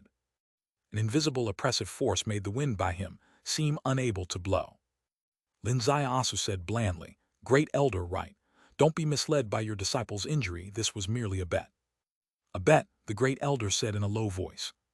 Just one word, pressure felt like a mountain. Yes, I made a bet with him using Sword Dao, in accordance with Jianghu rules.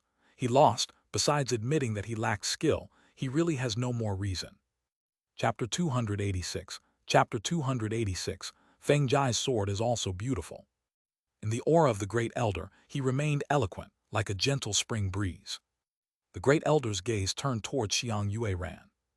Xiang Yue Ran's face was pale as paper, his lips trembling, and indeed he had no words to retort. The rules of the Jianghu, these are the rules that all who walk the martial arts world must acknowledge. For Kun Kang, this is especially true. Because in Kun Kang, there is no imperial law. It relies on the rules of the Jianghu to maintain basic order. Since it is a fair bet, I naturally cannot add complications. I acknowledge Yue Ran's injury, the Great Elder coldly said. You may leave. From now on, do not step within half a step of Chunshui Palace. As his words fell, he raised his hand, pointing straight at the bank of the spring river. Lin Zaiasu said, Great Elder, being new here, you probably don't know what our bet was. Our stakes include one more condition. If I win, we can enter the Chunshui main hall and no one in Chunshui Palace will obstruct us. Young people entering the Jianghu, your elders should have told you to act with moderation and not overstep your boundaries, the second elder coldly said.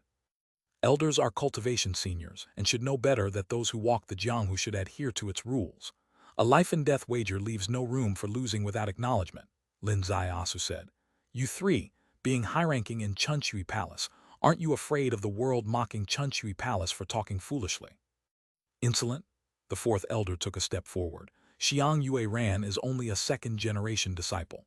What right does he have to bet on behalf of Chunshui Palace? His arm was crippled due to the bet, which already fulfills the wager, but whether to enter the Chunchui main hall is not his decision to make. Lin Zaiasu said. The three elders accepted the disciple's broken arm, but faced with an innocuous entry into Chunchui Palace, they instead set up such defenses. Is there something unspeakable within Chunchui Palace that should not be seen by outsiders? The great elder's face suddenly darkened. Dare to sully Chunchui Palace's good name, courting death. His hand jerked up. His robe sleeve spread out, like a long river of spring water pouring down overhead. To suppress Lin Zaiasu. With his status, directly attacking Lin Zaiasu lacked a valid reason. However, Lin Zaiasu's recent words were the perfect reason. If you dared to besmirch Chunchui Palace's name, as the great elder, he had every right to chastise you. This chastisement wasn't for incapacitating his disciple, but for tarnishing Chunchui Palace's name. When brought to the Jianghu, it also holds persuasive power. How many have fought to the death for their sex reputation? However, the great elder seemed to overlook one person. The Feng Jai behind Lin Zaiasu. As the great elder's spring water river emerged, Feng Jai suddenly raised her head. Drew her sword. A flash of sword light and rip. The long river of spring water was torn apart, and butterflies fluttered in the air. The great elder's long sleeves were directly cut into butterflies. Daring to act wild in Chunchui Palace, you. Before the great elder finished his sentence, the cold sword light abruptly sped up tenfold, a single sword straight for his brow. A flash of sword light in the air. Two long swords struck out simultaneously. One sword light formed Bibo Lake, the other moved like a fish swimming in the lake. It was the second elder and fourth elder attacking from the side. These two elders were both at Peeping Heaven High Realm, working together using two moves of the Chunchui swordsmanship, one for defense and one for attack, seamlessly coordinated. However, Feng Jai's longsword suddenly vibrated. In front of them, Feng Jai's figure seemed to disappear completely, replaced by a sky full of ungraspable sword light coming from almost every space. Whoosh! The second elder and third elder retreated together. Clang! A sound of metal clashing. A long sword soared into the air, unmistakably the great elder's sword. The endless sword shadows swiftly consolidated into one sword, this one sword pointing at the great elder's forehead. The great elder's face turned ashen, staring at the eerie mask in front of him, utterly incredulous. The demon-faced witch, though renowned for killing and observing heaven with one sword before, did not impress the great elder, because the observing heaven she killed was only low-level. Compared to them at the Peeping Heaven peak, it was nothing. In all of Kunkang, apart from the giants of the Enlightenment realm, whom did they fear among the Peeping Heaven peak? They stood at the highest step below the Enlightenment realm. No matter who in the world, as long as they hadn't broken through to the Enlightenment realm, couldn't suppress them. But today one exchange, and it turned ghostly. The great elder, second elder, and fourth elder of Chunchui Palace all came forth, yet only managed one move against this woman. This is the gap. A gap so wide it's suffocating. Lin Zaiasu's heart was also pounding.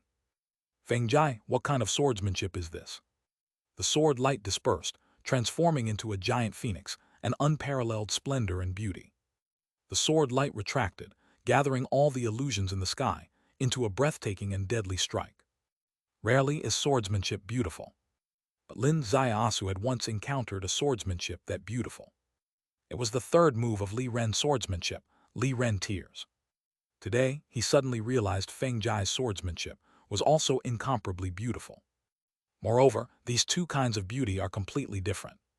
The beauty of Li Ren Tears stems from the poignant sense of separation, akin to the poetic, flowers falling, people standing alone, light rain, swallows flying in pairs. But her sword's beauty is like a phoenix's nirvana, grand and dignified. In 9 heavens, phoenixes fly, imposing in the mortal realm. Feng Jai pointed her long sword at the Chunchui main hall. In the Jianghu, promises are as firm as mountains. For life and death bets, one must keep their word. We will now enter Chunchui main hall according to the bet, and should any treacherous hindrance appear, this lady does not mind using my sword to let Chunchui Palace know what Jianghu rules mean. Though her voice wasn't very loud, it echoed through the mountains, fully alerting the entire Chunchui Palace. Let's go, Lin Zaiasu shouted. Took a step forward. The great elder's hand suddenly extended. Just as he was about to block, But Feng Jai wielded her sword backhand, forcing the great elder back 10 jang, staring blankly as a lock of his hair brushed past his nose. At this moment, his face was ashen green. On the distant mountain peak, Zio Yao Saint Dongfeng Zio Yao, his face lost its calmness once again. Father-in-law disregarded. Silently, Ren Kangmeng's figure disappeared. Outside Chunchui Palace, at Chunchui Xiang Creek, Feng Jai's sword rose, and dozens of disciples flying simultaneously scattered to the sides. This sword was like a wave rolling 1,000 times. Lin Ziasu took a step onto the bridge over Xiang Creek. Suddenly, the water burst into waves, and more than 10 figures emerged from below. Lin Ziasu stretched out his hand, a leaf in his grasp. With a turn of his hand, it transformed into more than 10 spinning leaves. Thud! In almost an instant, blood appeared on the shoulders of more than 10 ordinary disciples, staining Xiang Creek with blood. This deconction truly began the Chunchui Palace's blockade. Above, 7 figures simultaneously took off, their presence earth-shattering, all of them peeping earth-high realm. Before the 7 arrived, the wooden bridge was already creaking. The flowing water below seemed to turn into a glacier stretching for miles, with a penetrating deep cold. Feng Jai raised her gaze. Her eyes now also seemed like a glacier stretching for miles. Her foot tapped, and the wooden bridge shattered into pieces. In midair, the sword came out. The sword light like a gigantic phoenix. 7 figures simultaneously swept into the phoenix whirlpool. Thud! Simultaneously, turning into a touch of blood in the whirlpool. In the confrontation at Chunchui Palace, blood was first seen. 7 lives perished under Feng Jai's sword. The faces of the 3 elders behind them changed simultaneously. Before Chunchui Main Hall, many people's faces changed simultaneously. Slaying 7 with 1 sword, the nature of this already completely changed. Those who were hesitating on whether to block or not, now must block. 3 people stepped forward, all top elders of the observing heaven level. Behind them, 3 long swords unsheathed, precisely the 3 top elders including the great elder. Feng Jai and Lin Ziasu became 2 leaves of light boats amidst raging waves. However, Feng Jai's sword now grows stronger against strong foes. In midair, the sword light shadow suddenly changed, transforming from a gigantic phoenix to countless small phoenixes. Countless small phoenixes dispersed simultaneously, shooting toward the 6. Hiss! The 3 elders behind flew back. The 3 elders in front were even worse, falling directly from the air. Feng Jai stepped towards Chunchui Main Hall. Before Chunchui Main Hall, there were still countless disciples, but facing Feng Jai, who broke through the top elders' encirclement and whose killing intent reached the heavens, they couldn't stop her. Just as Feng Jai's feet landed at the entrance of Chunchui Main Hall. Suddenly, a true essence giant finger appeared out of thin air. Once the giant finger appeared, the clouds in the sky were swept away. As the giant finger fell, it pointed directly at Feng Jai. Feng Jai let out a long cry, as if a phoenix singing above the 9 heavens. Her sword shadows in the sky suddenly gathered like 100 birds returning to their nests, collected cleanly in an instant. They all converged beneath her sword. Her sword, now faintly flickering with silver light, seemingly locked numerous phoenixes within the sword. Feng Jai's eyes opened like an abyss. Feng Jai shouted solemnly, opening move of Nirvana swordsmanship, none spared. Long sword out. Around her fierce winds stirred. Behind her seemed 1,000 fathoms abyss. Her eyes were like the entrance to the abyss. Her hair soaring high. Ahead was the true essence giant finger striking like a heavenly sword. And her sword was the hell steel blade defying the heavens. With a mighty roar, 2 rows of houses between the giant finger and Feng Jai collapsed simultaneously. All disciples flew together. Feng Jai retreated 100 jang, crashing into a big tree at the edge of the cliff. Just as she was about to collide squarely, she kicked the tree backward with 1 foot, firmly positioning herself at the cliff's edge. With that kick, the tree shook violently, its freshly sprouted green leaves shriveled one by one. And on that true essence giant finger, a deep sword mark shockingly appeared. It forcibly stopped its advance. Lin Ziasu's eyes suddenly widened. Withstood a true essence giant finger. Withstood a strike from a giant of the enlightenment realm. Feng Jai is actually so formidable. Not only he didn't expect it, but probably the entire Chunchui Palace didn't expect it. The giants of the Enlightenment realm are regarded as godlike existences in Kun Kang because, for anyone below the Enlightenment realm, they are indisputable crushing blows. Absolutely no one could take a hit before breaking through the Enlightenment realm. Yet this demon-faced witch can. Faced with the crush of the Enlightenment true essence giant finger, she took the blow, though defeated, yet unhurt. What does this mean? It means the generational difference of the Enlightenment realm is rewritten in her hands. It also means she is the first under the Enlightenment realm. Chapter 287. Chapter 287. Chun Chui's change, Li Palace's resentment. The giant true essence finger slowly dissipated, transforming into a mass of fog. The mountain wind blew, dispersing the fog. An old man appeared before the Chushui main hall. The man had a horse-shaped face, long white hair, and a slender figure. His eyes projected an aura of vastness. Master Ren, the great elder who had already charged to the front of the Chushui main hall, suddenly bowed. Greetings, Master Ren. Countless disciples of Chun Chui Palace simultaneously bowed. Lin Zaiasu narrowed his eyes slightly, assessing this giant of the Enlightenment realm. He is Ren Kangmeng, the palace director of Kangmeng Palace. Feng Jia's long hair fluttered, her eyes firmly locked onto Ren Kangmeng. He indeed had come. Perhaps he had arrived as soon as she and Lin Zaiasu boarded that small boat. If they hadn't invoked the presence of their master to deter him, their small boat would never have reached Chunchui Lake. The empty fort strategy blocked Ren Kangmeng's halfway assault. Now he still appeared. Ren Kangmeng didn't glance at the people around him, instead lifting his gaze to stare at Feng Jai. I've long heard of a demon-faced witch in Jianghu acting wantonly, yet I didn't expect she'd dare to directly attack Chunchui Palace and start a massacre, truly unprecedented in Jianghu history. Does your excellency think today's Kun Kang lacks anyone who can eliminate demons and uphold righteousness? Eliminate demons and uphold righteousness. Feng Jai's face suddenly darkened. This old fox audaciously brings up eliminating demons to stand on the moral high ground. Things have gotten complicated. Lin Zaiasu smiled faintly. Eliminate demons and uphold righteousness. Ha.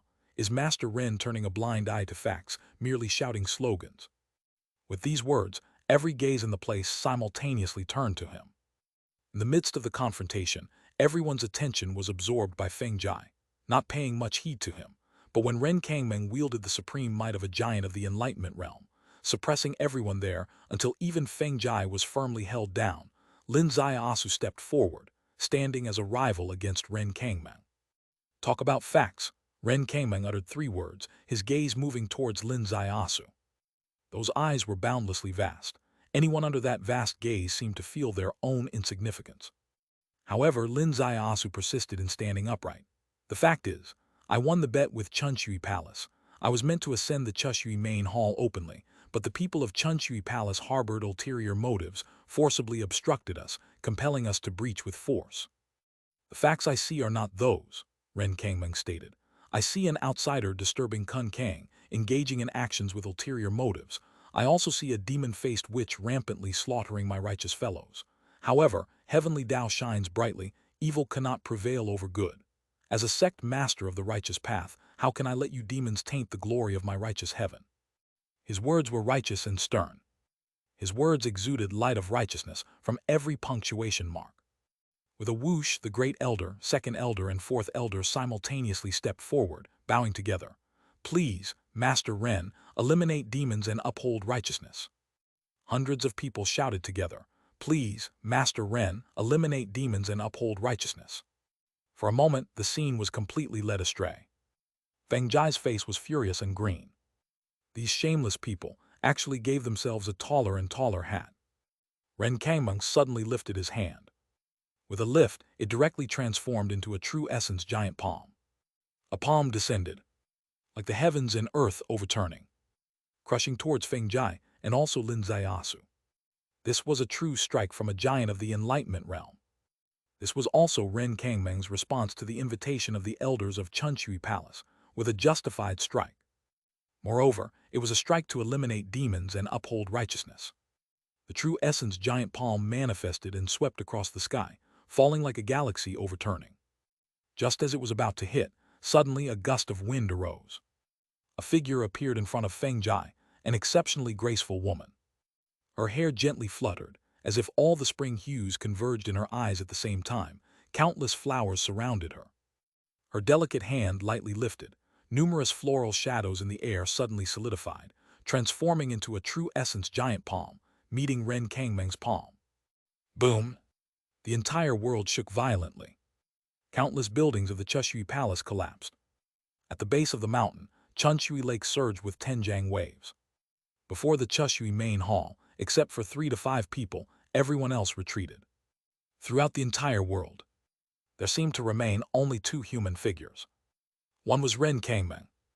One was the newly appeared woman, seemingly a celestial beauty. Ren Kangmeng's pupils contracted, locking firmly. Hua Sect Master, are you here too? The Hua Sect Master, naturally, is Hua Maioi of Shenghua Valley. Hua Maioi smiled faintly. We haven't seen each other for 300 years, and Master Ren has fallen to the state of bullying the younger generations, truly getting more and more worthless. Ren Kangmeng laughed coldly. And what about you? To what end have you fallen? Protecting demons and heretics. Demons and heretics? Where are the demons and heretics? Hua Maioi replied. What I see is merely a dispute caused by a wager agreed upon by Jianghu rules, sabotaged by someone, along with a Kangmeng Palace master who, without discerning right from wrong, leapt out inexplicably. A voice suddenly rang out. Lord Hua said Master Ren's appearance is inexplicable. In fact, it isn't inexplicable. His appearance here is what fits logic most, and could be said to have completed the final piece of the puzzle in my heart. All eyes gathered on the speaker. This person was Lin Zaiasu, the presence of 2 giants of the Enlightenment realm. No one could speak, but he was the one who suddenly spoke. And under the boundless pressure of the giants of Enlightenment, each word he spoke was smooth and harmonious, without fluctuation. Hua Maioi's eyes subtly shifted. Young master, what do you mean by this? Lin Zaiasu said, the moment I arrived at the spring water corridor today, I sensed that Chunshui Palace must have undergone a change, yet I was unsure of the source. Thus, entering the Chunshui main hall felt like a gamble. As he spoke, all those inside and outside the Chunshui main hall, numbering thousands, heard his words. Their brows furrowed intensely. Has Chunshui Palace changed? Why am I unaware? Is this boy speaking nonsense? Nonsense? The great elder reprimanded angrily. I am the great elder of Chunshui Palace. How do I not know of any change in Chunshui Palace? Exactly, the second elder said. We, the highest elders of Chunshui Palace, are unaware, yet you, an outsider, claim to know. Isn't that laughable? Hua Maioi frowned as well, reasoning along the same lines. Lin Zaiasu chuckled lightly. There is a kind of ignorance called selective ignorance. Those 2 traitorous dogs of Chunshui Palace better remain silent. Stop, the great elder, incensed, erupted on the spot. Suddenly a petal floated gently, adhering to his mouth. The great elder's expression dramatically changed as he stared astonished at Hua Maioi, who held a flower missing a petal, picked from somewhere unknown. She spoke calmly.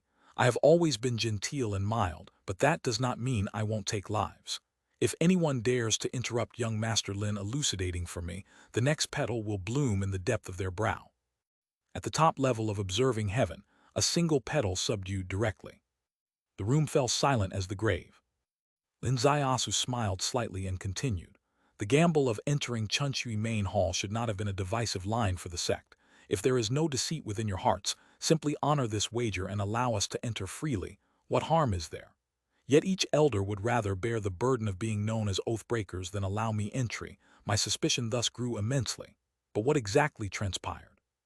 I could not discern until Master Ren appeared, connecting all doubts into one line. I finally understood what occurred within Chunshui Palace. What occurred, Hua Maioi possibly only now truly cared. And Feng Jai, her eyes also revealed intense queries. She was the earliest to hear Lin Zaiasu mention the topic of Chunshui has changed. Yet what change indeed remained veiled in confusion for her, as the information was insufficient and no one could determine the truth. Lin Zaiasu spoke word by word. I have reason to suspect the change in Chunshui is precisely the past change in Li Palace. Change in Li Palace. Hua Maioi's expression changed dramatically.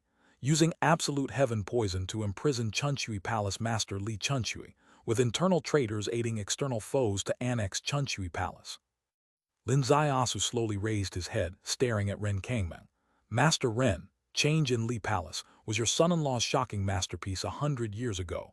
Using it today on Chunshui Palace, would that be replaying an old trick with ease? I make this assumption, isn't it reasonable? His words caused a roar throughout the hall. A deep unease suddenly planted within countless hearts. Huan Kun Kang is unaware of the incident in Li Palace. This extreme strategy was Dongfeng Xiaoyao's most proud work. With this strategy, Li Palace was destroyed, and Xiaoyao Palace expanded. And is Chunshui Palace today in the same predicament? The Great Elder and others, allied with Kang Mang Palace, administered absolute heaven poison on their palace master. The more they thought, the more plausible it seemed. Why were the Great Elder and the others resolute in barring Lin Xiaosu from entering the Chunshui main hall? Why did Ren Kangmeng suddenly appear? Giants of the Enlightenment realm are not so easily dispatched. If they idly wandered everywhere, who would guard their home and heritage? This is a basic rule of Kun Kang. Enlightenment realm seldom emerges. These matters are unreasonable, but if Lin Xiaosu's bold assumption is correct, all explained itself. Absolute heaven poison itself cannot directly kill a cultivator. It only severs the connection between a cultivator and the heavenly Tao, rendering giants of the Enlightenment realm unable to wield their realm's powers. Yet, not wielding these powers does not leave anyone able to kill them easily. This necessitates the presence of a true giant of the Enlightenment realm on site, serving the special mission of ending his life. This is why Ren Kangmeng appeared in Chunshui Palace. If this is the case, today marks the survival or demise of Chunshui Palace. Daring to challenge Chunshui Palace's rules, charging headlong into it, Lin Xiaosu and the demon-faced witch have suddenly become true guardians of Chunshui Palace. Countless thoughts whirled in the minds of numerous disciples of Chunshui Palace. The deeper they pondered, the more terrifying it grew. Ren Kangmeng's face darkened like water, judging others' minds with a villain's heart. Boy, your malice is indescribable. Hua Maioi icily retorted. Who is the villain, who is the gentleman? Let that be decided after meeting Li Chunshui. She took a step forward, facing Ren Kangmeng. Ren Kangmeng's graying hair gently fluttered. Hua Maioi, do you truly wish to initiate a battle at the Enlightenment realm? This sentence, a mere 12 words combined. Yet it weighed as heavily as Mount Tai. A battle at the Enlightenment realm. An unbearable weight for Kun Kang. Because the ground beneath them could not bear the wild force of this destructive battle. Those within the Enlightenment realm cannot endure this either. For when two of the Enlightenment realm clash face to face, if they enter a life-and-death battle, their outcome will inevitably leave both crippled. For giants of the Enlightenment realm, like emperors within Kun Kang, who wishes to be toppled from their divine pedestal, who wishes to see their painstakingly built legacy over hundreds of years reduced to mere morsels. Therefore, just one soul-searching inquiry suffices, enough to cool the fervor of all within the Enlightenment realm. Yet Hua Maioi's expression remained unchanged, barely wavering, as she lightly uttered two words, Feng Jai. Chapter 288. Chapter 288. Hua Maioi powerfully demonstrates what it means to meet on a narrow road. Disciple at your service, Feng Jai, who was behind her, bowed. The master and disciple exchanged just 5 words. Everyone present was greatly shocked, because these 5 words revealed a huge secret about Kun Kang. The true background of the demon-faced witch was exposed. Her name was Feng Jai, and she was a disciple of Hua Maioi, master of Shenghua Valley. I intend to enter Chunshui Main Hall. If Ren Kangmeng dares to block the way, you must immediately set off to Kangmeng Mountain. In Kangmeng Palace, everyone is your target for elimination. Do not concern yourself with Jianghu morals nor with cultivation rules. Kill them all. Yes, Feng Jai responded loudly. Ren Kangmeng's face changed dramatically. In encounters on narrow roads, the brave wins. He struck Hua Maioi with a soul-searching question, touching the greatest defensive line in her heart. But Hua Maioi gave him a decisive order. As soon as the life-and-death battle of the Enlightenment realm commenced on his side, her disciple Feng Jai would immediately head to Kangmeng Mountain to execute the extermination command. Generally, in a life-and-death battle between two palaces, the costs borne by both sides are fairly equal. However, today, Feng Jai demonstrated a skill that sent chilly winds through Ren Kangmeng's heart. Despite not breaking through to the Enlightenment realm, Feng Jai was able to withstand his attack. She was the undisputed queen beneath the Enlightenment realm. Should she ascend Kangmeng Mountain, no one could match her. What does this imply? It implies that if Ren Kangmeng dares a life-and-death battle with Hua Maoi, his Kangmeng Palace's rear will immediately face a catastrophe due to Feng Jai's appearance. No matter who wins between him and Hua Maoi, his Kangmeng Palace will be utterly defeated. A single statement from Hua Maoi brought him pressure, 10 times stronger than thousands of soldiers and horses. Hua Maoi stepped forward again. Ren Kangmeng's face changed unpredictably, his momentum receding by 3 points. With another step, she was already in front of Ren Kangmeng. Ren Kangmeng had no intention of making any moves. Get out, 2 light words came from Hua Maoi. The Chunchui Palace sect members around Ren Kangmeng were all simultaneously pushed back. Young Master Lin, please. Lin Zaiasu walked leisurely into Chushui Main Hall. There were people in Chushui Main Hall, but as Hua Maoi stepped in, everyone was immobilized on the spot. Feng Jai stepped past, standing outside Chunchui Hall, her long sword pointing directly at the people outside. There were still over 1,000 people surrounding the area. Expressions varied. Some were tense, some suspicious, and some petrified. Saintess Li Bingson was among them. Her eyes locked firmly on one person, her second senior brother Xiang Yue Ran. Countless complex thoughts flowed through her eyes, and a wildfire burned in her heart. Lin Zaiasu did not focus on the 1,000 faces surrounding. Nor did he focus on the people inside Chushui Main Hall. His gaze was indifferent. Under time retrospection, he saw Ding Ruishui, and an elegant-looking woman whose eyes concealed endless hardships. That was Chunchui Palace Master Li Chunchui. Following her departing steps, he walked away step by step. Ahead was a side hall, and within the side hall another side hall, until he arrived at an ancient bronze gate. Outside the ancient bronze gate, 2 elder-like individuals stood up simultaneously, their eyes fierce. Chunchui Palace's forbidden zone, who dares trespass? Behind Lin Zaiasu, Hua Maoi stepped forward. The 2 elders creaked all over, their expressions changing simultaneously. They couldn't move an inch. This was the power of Enlightenment Realm sealing. Lord, please step back, Lin Zaiasu said. Hua Maoi slightly furrowed her brow, her beautiful eyes turned towards Lin Zaiasu. Barring any surprises, this practice chamber is full of absolute heaven poison, Lin Zaiasu said. Should Lord even touch a trace of it, that person outside might get some ideas. That's right, Hua Maoi said. Young master, be careful then. Rest assured, Lord. Hua Maoi extended her hand, lifting the 2 elders, turning and leaving the side hall. With a wave, everyone in Chushui Main Hall and all the side halls flew out of Chunchui Hall. Lin Zaiasu extended his hand, touching the bronze gate, whereupon a series of complex patterns appeared beneath his fingers. The massive and heavy door slowly opened. As the door opened, a bizarre aura spilled out from within. With the deep cold of hell, it immediately permeated Lin Zaiasu's entire body. Instantly, the blood tower within him halted. The true chi that used to operate flawlessly seemed to be infiltrated with some kind of impurity, rendering the true chi impure, and it could be said that a toxin had entered it. This toxin was extremely domineering, seemingly even consuming his true chi. Within moments, his blood tower faced the greatest test since it was built. If the tower were likened to an iron tower, this bizarre aura was like nanoworms, eroding the foundation of the tower. Lin Zaiasu was greatly surprised. The space secret realm suddenly activated. Inside, like a giant dragon absorbing water, the aura seeped into his body, instantly transferred to the secret realm space, compressed into a tiny gas orb. This change occurred in a split second.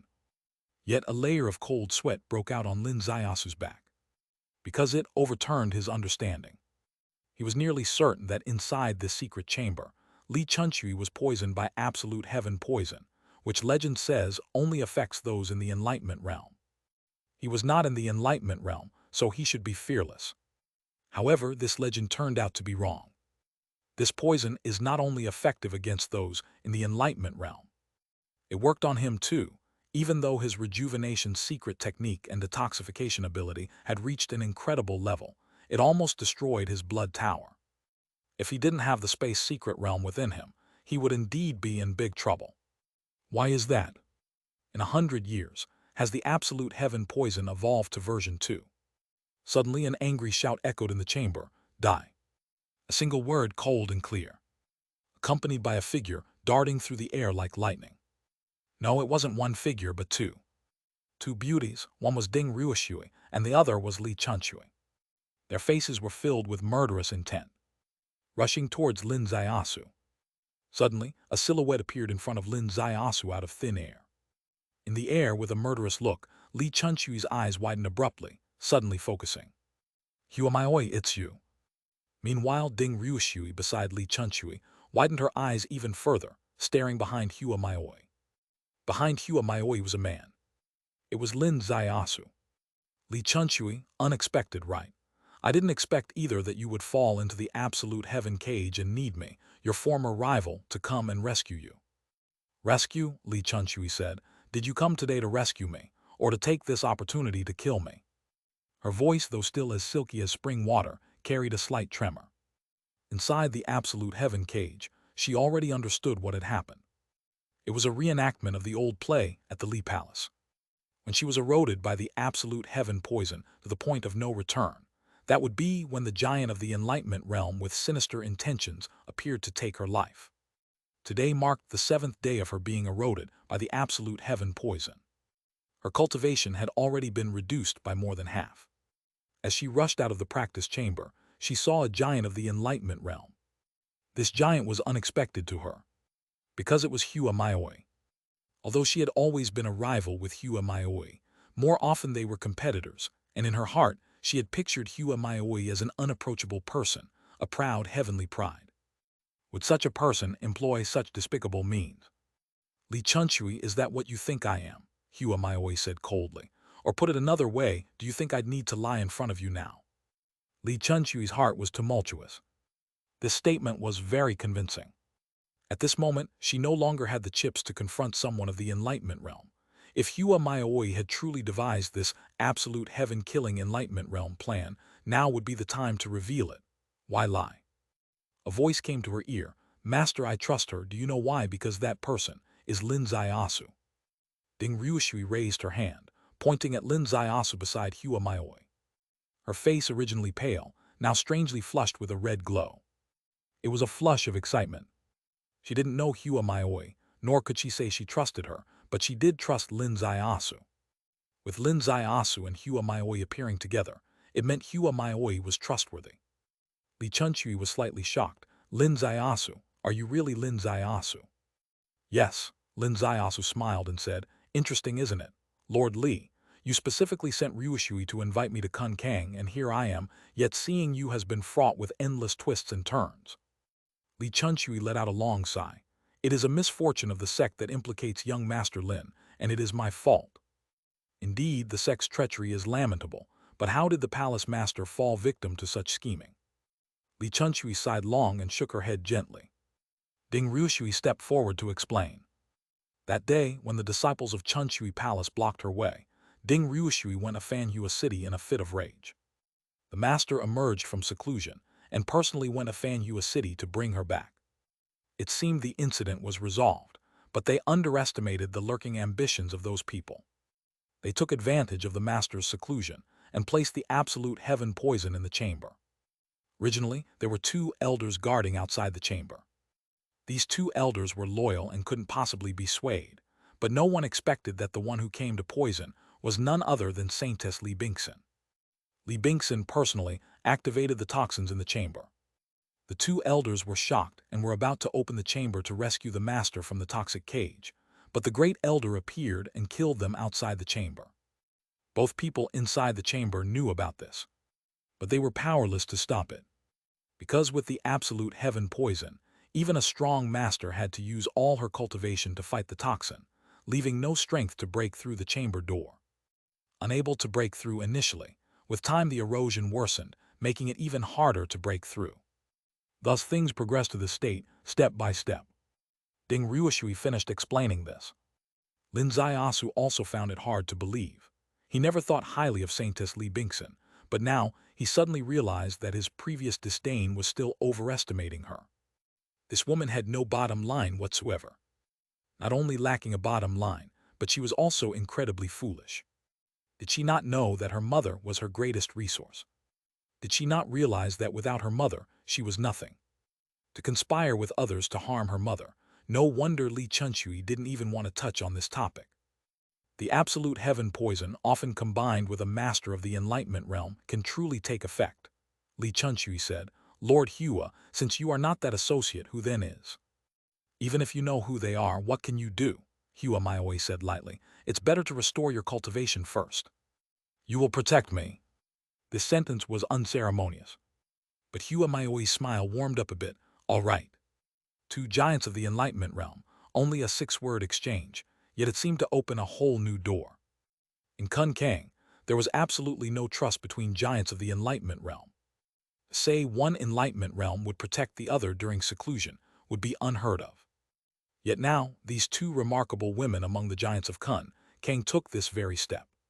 Chapter 289. Chapter 289, Absolute Heaven Chi Mechanism also wants to steal. Li Chushui had Hua Maioi act as her protector. This is trust. Hua Maioi agreed, which is a response to her trust. This is the trust of giants of the enlightenment realm, without any reservations. Thus, Li Chushui did not need to plead nor thank. And Hua Maioi, instead of feeling displeasure, felt joy.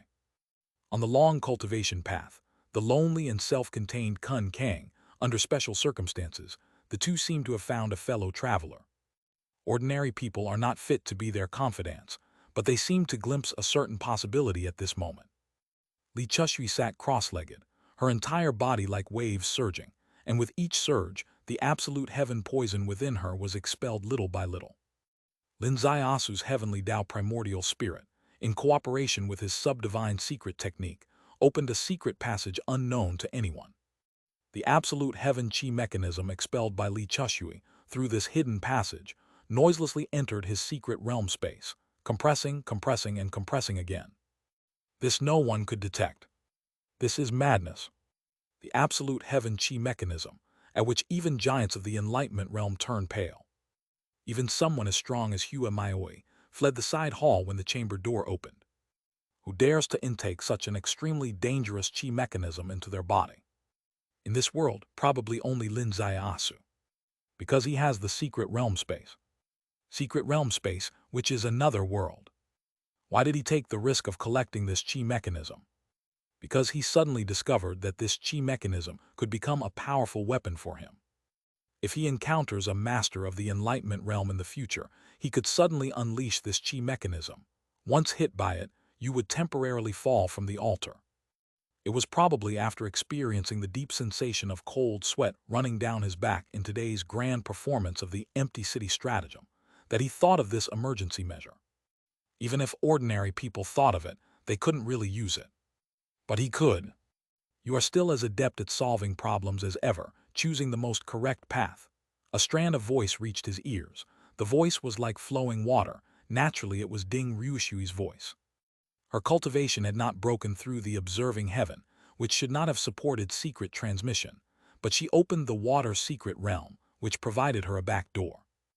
Lin Asu, while maintaining the absorption of the absolute heaven chi mechanism, smiled and also used secret transmission. Why? I was just thinking about how to make Master trust you, and then you played the most definitive tune, directly saving her life. Now, won't the trust level be maxed out on the spot?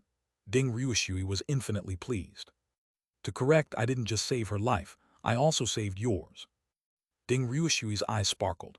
What do you mean to say? Later, the dowry will be reduced by 100,000, only 78,008 as a deal. Damn, if not reduced, do you mean the dowry is 88,008? Why am I not worth it? It's not about worth, it's about promoting bad social habits, affecting thousands of families, impacting the great rejuvenation project of the Daxia nation. Are you worried others will follow the sky-high asking price? Fine, my future dowry is 8,000,008,000. Discussing bride price without dowry is pure rogue talk. Should we discuss the dowry first before anyone asks for a bride price? Ding Ryushui said. Damn, discussing bride price and dowry. How did we suddenly dive so deep into this conversation? It does seem like it. Should we get back on topic? We must get back. Ding Ryushui said, the main topic. How did you know we were in danger? Because I'm smart. That's it. That's it. Ding Ryushui lightly patted her forehead. I'm a bit overwhelmed. Really, I won't hide my view, I can't stand your smug face, I really want to beat you down but I can't find the words. As they talked, they became more relaxed. But the waves surrounding Li Chushui grew more and more heart-pounding. Colorless and formless air around her unexpectedly displayed torrents surging over miles.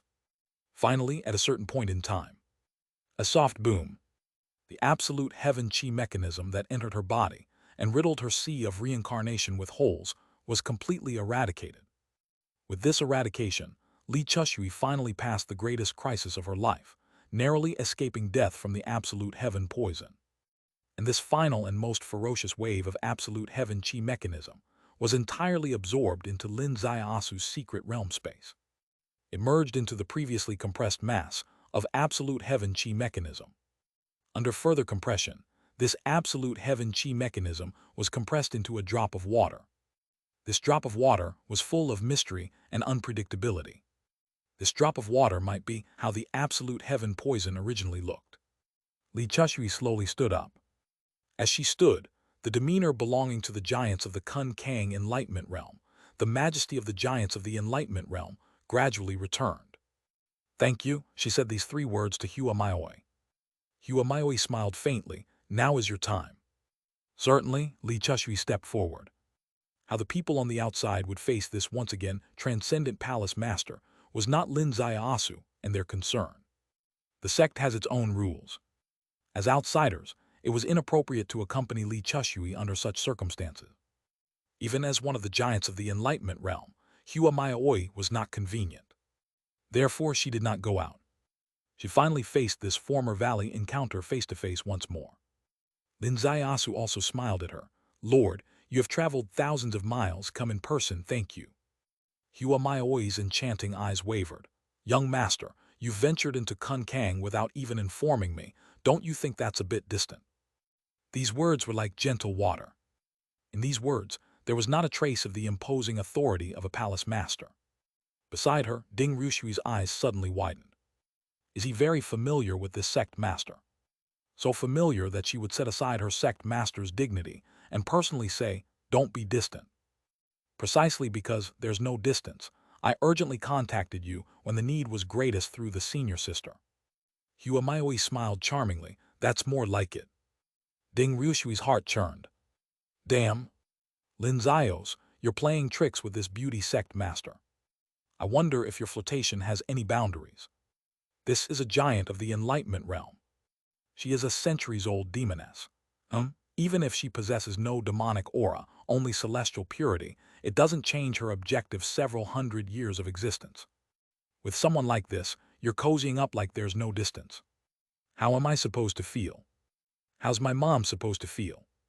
Hua Maioi shifted her enchanting eyes to Ding Ryushui. "This must be Ding Ryushui." "Yes," Ding Ryushui answered respectfully, yet her eyeballs quietly rolled. She hadn't mentioned her name all day, yet Hua Maioi knew. What does this indicate? It indicates this old lover, one perhaps too old to chew on, is highly attentive to Lin Zaios' private life, even investigating her own titleless girlfriend. "Were you with young Master Lin acquaintances outside the realm?" Ding Ryushui nodded slightly. "Before the senior, the junior dares not conceal. He is my fiancé." Hua Maioi's eyes opened slightly wider. Lin Zaiasu's eyes also opened wider. "Damn, you little vixen, why lie?" Outside the hall, a figure flashed. Feng Jai entered, bowed before Hua Maioi. "Master, Ren Kangmeng left 1 hour ago." Hua Maioi nodded gently. This was within expectations. She entered the Chushui main hall, and Ren Kangmeng was left with only 2 roads. Either block her from entering, forcibly continue the act of the absolute heaven destruction realm they concocted, or give up resistance, simply leave. Under her strong presence, with Feng Jai forming a powerful alliance with her, Ren Kangmeng dared not take the first road. He had only the second left. Once he chooses to abandon this action, he will certainly withdraw before Li Chushui recovers. If not withdrawing, as soon as Li Chushui recovers, he would face an endless battle. One Li Chushui might not particularly concern him, but combined with a Hua Maioi standing on the same line as Li Chushui, he would need to drink a big cup of distress. Hence, a veteran of Jianghu like Ren Kangmeng would never wait. As soon as he sees the game is up, he will immediately depart. What about those elders? Ran away? Lin Zaiasu asked. Yes, 6 of Chunshui Palace's 9 top elders ran, leaving only the 3rd elder, 6th elder, and 7th elder, kneeling their countwing, their heads bleeding, claiming ignorance of the whole affair. Do you believe that? Feng Jai replied. Whether believed or not, the result is the same, Lin Zaiasu stated. The result is the same. What kind of result? Feng Jai's brows slightly furrowed. Lin Zaiasu gently smiled. What other result? Play dumb, act confused, directly choose to believe. Feng Jai's eyes widened. Lord Li's life was almost lost, such a critical betrayal, yet you can act confused. Life almost lost is a major issue, but if the palace falls apart, it's also a major issue. Lin Zaiasu said, the practices of a sect differ from individual matters, as the ancient saying goes. Waters too clear have no fish, people's watchfulness leads to no followers. That's the principle. Hua Maioi nodded gently. Young master sees problems thoroughly. In Kun Kang, various sects exist for the sake of interests. So-called loyalty is only a cover. Chunshui Palace faces such a calamity. Sect power greatly diminishes. If pursued in detail, a batch will flee, another killed, then exposed, pressured to leave. Fear this mere moment later, falling to pieces, the palace will no longer be a palace. This is the viewpoint of a sect master. As the 3 conversed there, Ding Ryushui glanced here and there. The waves just churned in her heart, never calmed, even seemed to surge higher and higher. Earlier arose one Hua Maioi, unclear associations with him. Now another woman emerges. This woman is none other than the sword Dao genius, who killed the top elder of Xiao Palace with a single sword on the spring water corridor. That killing opened a mystery box of Kun Kang. She received the demon-faced witch title, becoming a hot topic in Kun Kang. Many speculated about her identity. None had a definitive answer. The answer now emerges. She is the disciple of the master of Shenghua Valley, Hua Maioi. This female disciple and him, happily chatting, truly feeling no distance. Damn! Could she be another mistress? Chapter 290. Chapter 290. Detective's magic tracking over 100 miles. To be honest, her becoming a mistress seems to have more legitimacy than her master personally being one. After all, there's no difference in seniority. And the two have been stirring things up in Jianghu for a whole month. Who knows how far they've gone? Even if they've really reached that point, it wouldn't be surprising. Lin Zaios out there can make a bunch of shameless women throw themselves at him, excluding herself. She's only throwing money at the moment, not people. Upon arriving in Kun Kang, bringing his flawless wisdom, bringing his harmless pretty face, and carrying modern knowledge. In this uncivilized place, seducing anyone seems not to be a rare event. Oh my God, what have I got myself into? Bringing my nominal boyfriend into Kun Kang, resulting in a bunch of admirers. If my mom finds out, will she beat me to death? Just as her inner musings were becoming more and more skewed, the air in the room seemed to stir layers of waves. Our master Li Chushui returned. Hua sect master, young master Lin Miss Feng, the great virtue of the 3, Li Chushui thanks with a bow, a deep bow. Ding Ryushui hurriedly fled to her master's side, and also slightly bowed. The 3 returned the courtesy. Li Chushui gently smiled. Please enter Chunyu Pavilion, I will welcome you with a cleansing of dust. Hua Maioi and Feng Jai's gaze simultaneously fell upon Lin Zaiasu. Looks like the affairs of Chunshui Palace are done. What's next? Lin Zaiasu said, isn't the palace master going to apprehend those traitors?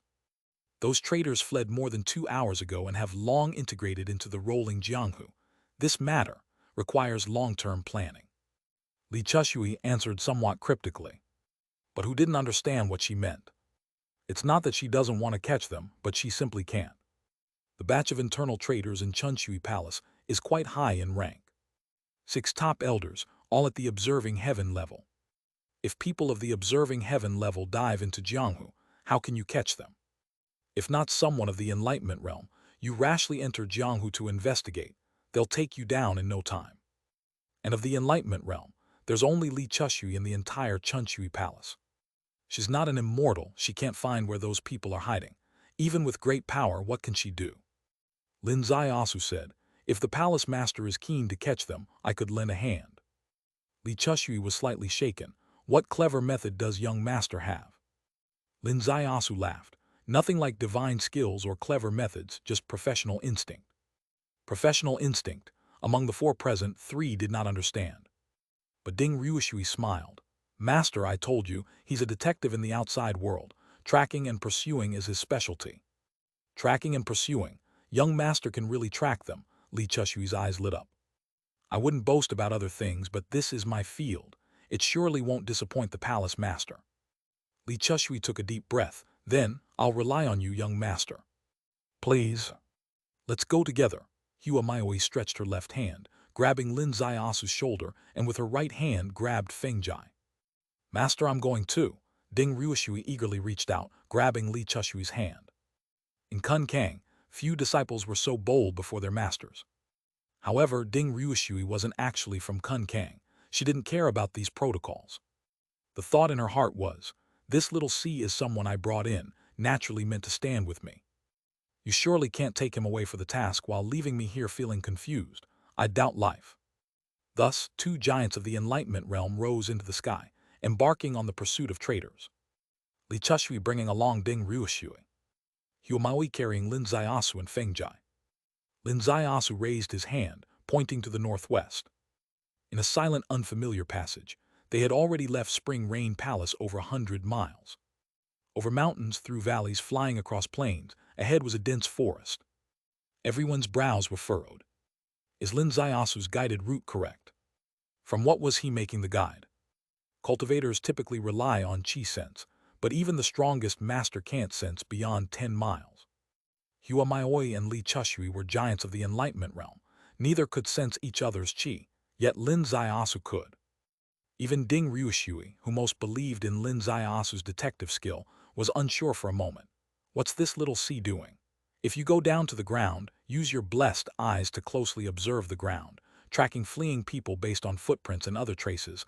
I wouldn't be surprised at all, but you haven't even descended.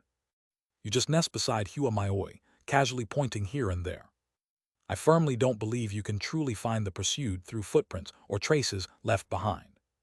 I highly suspect you're getting fresh with Hua Maoi. Are you sure your route isn't wrong? Feng Jai's voice transmitted beside Lin Zaiasu's ear. Lin Zaiasu nodded slightly. This is the road to 3 Buddha Temple. Lin Zaiasu's heart suddenly skipped a beat. 3 Buddha Temple. After these traitors' conspiracy unraveled, they didn't go to Kangmeng Mountain, nor did they hide in Jianghu, anonymous, but instead set off to 3 Buddha Temple. Li Chushui's eyes were like spring waters glistening, tightly locked onto the 100-mile dense forest below. In the dense forest, any change would surely escape her sight. Suddenly, Lin Zaiasu pointed, there. Li Chushui's gaze followed and fell there, seeing 6 people. 6 people in the dense forest. Truly, they were like stray dogs in panic. These were the 6 top elders under Chunshui Palace, with the great elder leading them. They raced ahead 200 miles, their minds still in a daze. They couldn't comprehend why their elaborately planned scheme failed. But now is not the time for analysis. They just need to know one thing. The plan failed, they must escape. In those 200 miles, they changed clothes and set innumerable disguises. Each disguise could mislead the pursuers. This is a skill they honed over centuries in the Jianghu. At the beginning, their hearts were extremely tense, constantly worrying about Li Chushui suddenly appearing overhead. After 100 miles, their hearts calmed a bit. After 200 miles, with the destination in sight, they finally relaxed. Cross the mountain ahead and we've arrived. The great elder took a long breath. Cross. The second elder uttered a word, tapped his foot and soared into the sky. All the elders leapt simultaneously. In the peeping heaven realm, scaling the mountain before them was effortless. In a swoosh, they broke through the clouds atop the mountain, and the scene before them cleared. A row of temples bathed in golden sunlight, exuding endless Buddhist radiance. That was 3 Buddha Temple. That was also their destination. The great elder stood atop the mountain, turning to glance at the vast mountains behind. The Changfeng blew, gently lifting his graying hair. Chunshui Palace was now 300 miles away. Chunshui Palace, the place they had strived at for 400 years, was now unrelated to them. This was their choice. Regret or not, that's for later. The key is that this step marks a different path in life. Great elder, we have no retreat now, let's go, the second elder whispered. Half a life of storms, half a life of ashes from now on the ends of the earth are unreturnable. It truly stirs emotions. The great elder sighed longly. Go. This might be his final command. The final command as the great elder. Yet no one moved. It's not that they didn't want to move, but suddenly an immense force covered them. Their toes touched the ground, yet they couldn't lift off. The great elder suddenly looked up, his face utterly pale at this moment. For he had a very bad premonition. The premonition quickly came true. A gentle voice like water echoed from ahead. If betrayal comes without a cost, then the heavenly Tao loses its rules, doesn't it, elders? As the voice fell, the clouds ahead seemed to transform into a blue wave. Within the blue wave, a woman floated gracefully. Her every step was on the blue wave. In this moment she appeared immortal. But the elders would rather face 100 world-shattering monsters than meet her as this immortal. Because she was Li Chushui. Palace Master, the great elder trembled all over. Palace Master, spare us, the second elder called out. Thud, the remaining 4 elders dropped to their knees simultaneously, their backs soaked in the instant they knelt. Li Chushui stepped through the void, advancing step by step. Each step seemed to carry the breath of ancient glaciers. Above the 6, she slowly raised her foot. That raising, like a mountain hanging in the air. The falling would cause earth-shaking tremors. But just as the foot was about to fall, a Buddha chant echoed through the void, Amitabha. The 4-character chant fell, and a golden lotus blossomed beneath Li Chushui's foot, standing between her and the 6 elders. Li Chushui's hair flew up, seeing an old monk stepping through the void, crossing thousands of temples with one step, spanning a 10-mile gorge with the second step, and standing before her on the third. This old monk was the same Dharma image Lin Zaiasu first saw at the temple ruins, the master who mediated during Hua Maioi and Zheng Tianyan's battle at Tianyan Palace, known as Master Kong Ru. Above the clouds, Hua Maioi furrowed her brow. Lin Zaiasu's gaze locked onto the old monk with extreme seriousness. Master Kong Ru raised his gaze. Is Lord Li intending to execute these 6 benefactors ruthlessly? Li Chushui said, These 6 are Chunshui Palace traitors. As the Lord, I punish traitors. Does the Master intend to intervene? Amitabha, heaven possesses the virtue of preserving life, and Buddhist Tao has a heart of compassion. As a lord of a palace, to mercilessly execute old acquaintances without a single word of disagreement, is it the demeanor of the righteous palace sect? Li Chushui sneered, mercilessly execute without a word of disagreement. Does the master understand the situation? Amitabha, truly, the old monk does not understand the details. Perhaps, let these 6 benefactors speak a word, explaining what unforgivable sins led the palace master to cross hundreds of miles to wreak havoc in my Buddha's sight. Li Chushui's complexion turned icy cold. You sinister old monk. With words full of hidden meaning. Wreak havoc in my Buddha's sight, these 10 words are the hidden meaning. Li Chushui was a refined expert of the Jianghu. She naturally knew that as long as the 6 entered the domain of 3 Buddha temple, trying to kill them would be fraught with difficulties, so she intercepted them before they crossed the boundary. In theory, even if 3 Buddha temples saw it, they couldn't intervene. Yet she underestimated the old monk's eagerness to participate, creatively using the phrase, in my Buddha's sight. In my Buddha's sight, the scope widened. Not limited by regional boundary steel. Anyway, he adhered to one principle. I saw it, is in my Buddha's sight. My eyes are Buddha's eyes, my sight is Buddha's sight. Chapter 291.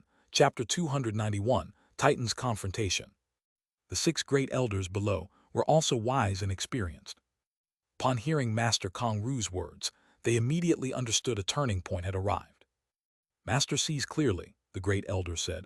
We 6 have worked in Chunshui Palace for over 4 centuries, from youth to gray hair. What have we sought? The righteous path of Jianghu. Now our palace master seeks to collude with foreign enemies, disrupting Kun Kang. We have advised the palace master to turn back, focusing on the great cause of Kun Kang, but the palace master insists on acting alone. We had no choice but to resort to this plan, temporarily imprisoning the palace master in the practice room, severing her ties with foreign enemies. The palace master sees this as betrayal, thus hunting us for 300 miles with the intent to take our lives. Li Chushui's face turned green. Shameless scoundrels. With the conspiracy fully exposed, they still dare to counterattack. Master Kong Ru clasped his hands together. Amitabha. The 6 benefactors prioritized the greater good over minor gains, pursued the great Tao over petty paths, and bore humiliation with deep intent. You are the backbone on the cultivation path. The six below were delighted upon hearing this. Li Chushui's nostrils flared with anger. Such high praise, Master Kong Ru, you really don't hold back. May I ask, with the absolute heaven poison harming our palace master, working with Kangmeng Palace's insider to annex Chunshui Palace, do they really deserve the high praises of great Tao and moral righteousness? Nonsense. 4 words pierced the air, accompanied by a figure crossing the sky. This figure traversed the long sky, like autumn winds sweeping away fallen leaves. He was the palace director of Kangmeng Palace, Ren Kangmeng. Ren Kangmeng said, I did not wish to involve myself in your Chunshui Palace matters, but how can Kangmeng Palace suffer from your slander? Hence, I tell you face to face 5 words, you are spewing nonsense. His finger pointed sharply at Li Chushui's nose, momentum as vast as a rainbow. Li Chushui's gaze was cold, her hand slowly raised, pointing at Ren Kangmeng. I am poisoned with absolute heaven, yet Master Ren suddenly appears at Chunshui Palace, even directly intervening to prevent others from aiding me. Dare you say you are not executing the absolute heaven destruction realm grand plan? Li Chushui, you judge a gentleman's heart with a petty person's suspicion. Ren Kangmeng said, I appeared at Chunshui Palace only because the demon-faced witch was massacring there. No one in Chunshui Palace could stop her. To prevent your Chunshui Palace from being destroyed under evil demons, I acted to protect your Tao. You not appreciating my act is one thing, but accusing me as a traitor is another. This is disrespectful. Your elders acted on heavenly Tao righteousness to cut your ties with outsiders. Yet you, for selfish reasons, want to eliminate this group of guardians. This is being unkind. Disrespectful and unkind, having lost both wisdom and heart, are you fit to be a palace master? This scolding was exhilarating and unrestrained. This scolding penetrated deep to the bone and heart. Li Chushui, usually gentle and refined, had never been insulted before. Hearing these vehement and reversed accusations, she was truly on the verge of exploding in anger. Master Kong Ru again chanted the Buddha's name. Amitabha, Master Ren acted to protect the Tao of other sects, opposing the unrighteous winds of Jianghu with a resolute and righteous spirit. The old monk admires greatly. Ren Kangmeng returned a salute. Kun Kang's righteous path, someone must defend it, I do it, and Master does it as well. Well said, well said. Li Chushui, always maintaining a calm demeanor, was breaking down. The people before her, 6 were traitors of Chunshui Palace. 1 was her life-and-death enemy, intending to kill her while she was poisoned. Logically, as soon as they meet, it's a fight to the death. No matter how it is said, she stands on the moral high ground. However, upon this meeting, she found herself at a complete disadvantage. In terms of righteousness, the other side held the righteousness. As for evidence, there was no evidence. Ren Kangmeng, when the situation was dire, chose to give up. Once he gave up, his malicious intent left no proof. And if they were to directly fight, the other side held the advantage. They had 2 enlightenment realms, and 6 observing heaven traitors. At this moment, the other side's momentum was infinite, while she found herself isolated and in a position of weakness. Just then, an elegant voice descended from the void. Ren Kangmeng, why don't you answer directly? Have you taken advantage of Lord Li's poisoning to kill her and planned to annex Chunshui Palace? This voice cut through the suffocating atmosphere in the scene, as if the frigid winter revealed the breath of spring. In the sky, light and shadow moved, as if myriad flowers blossomed. The light and shadow split, revealing 4 figures on the mountain peak.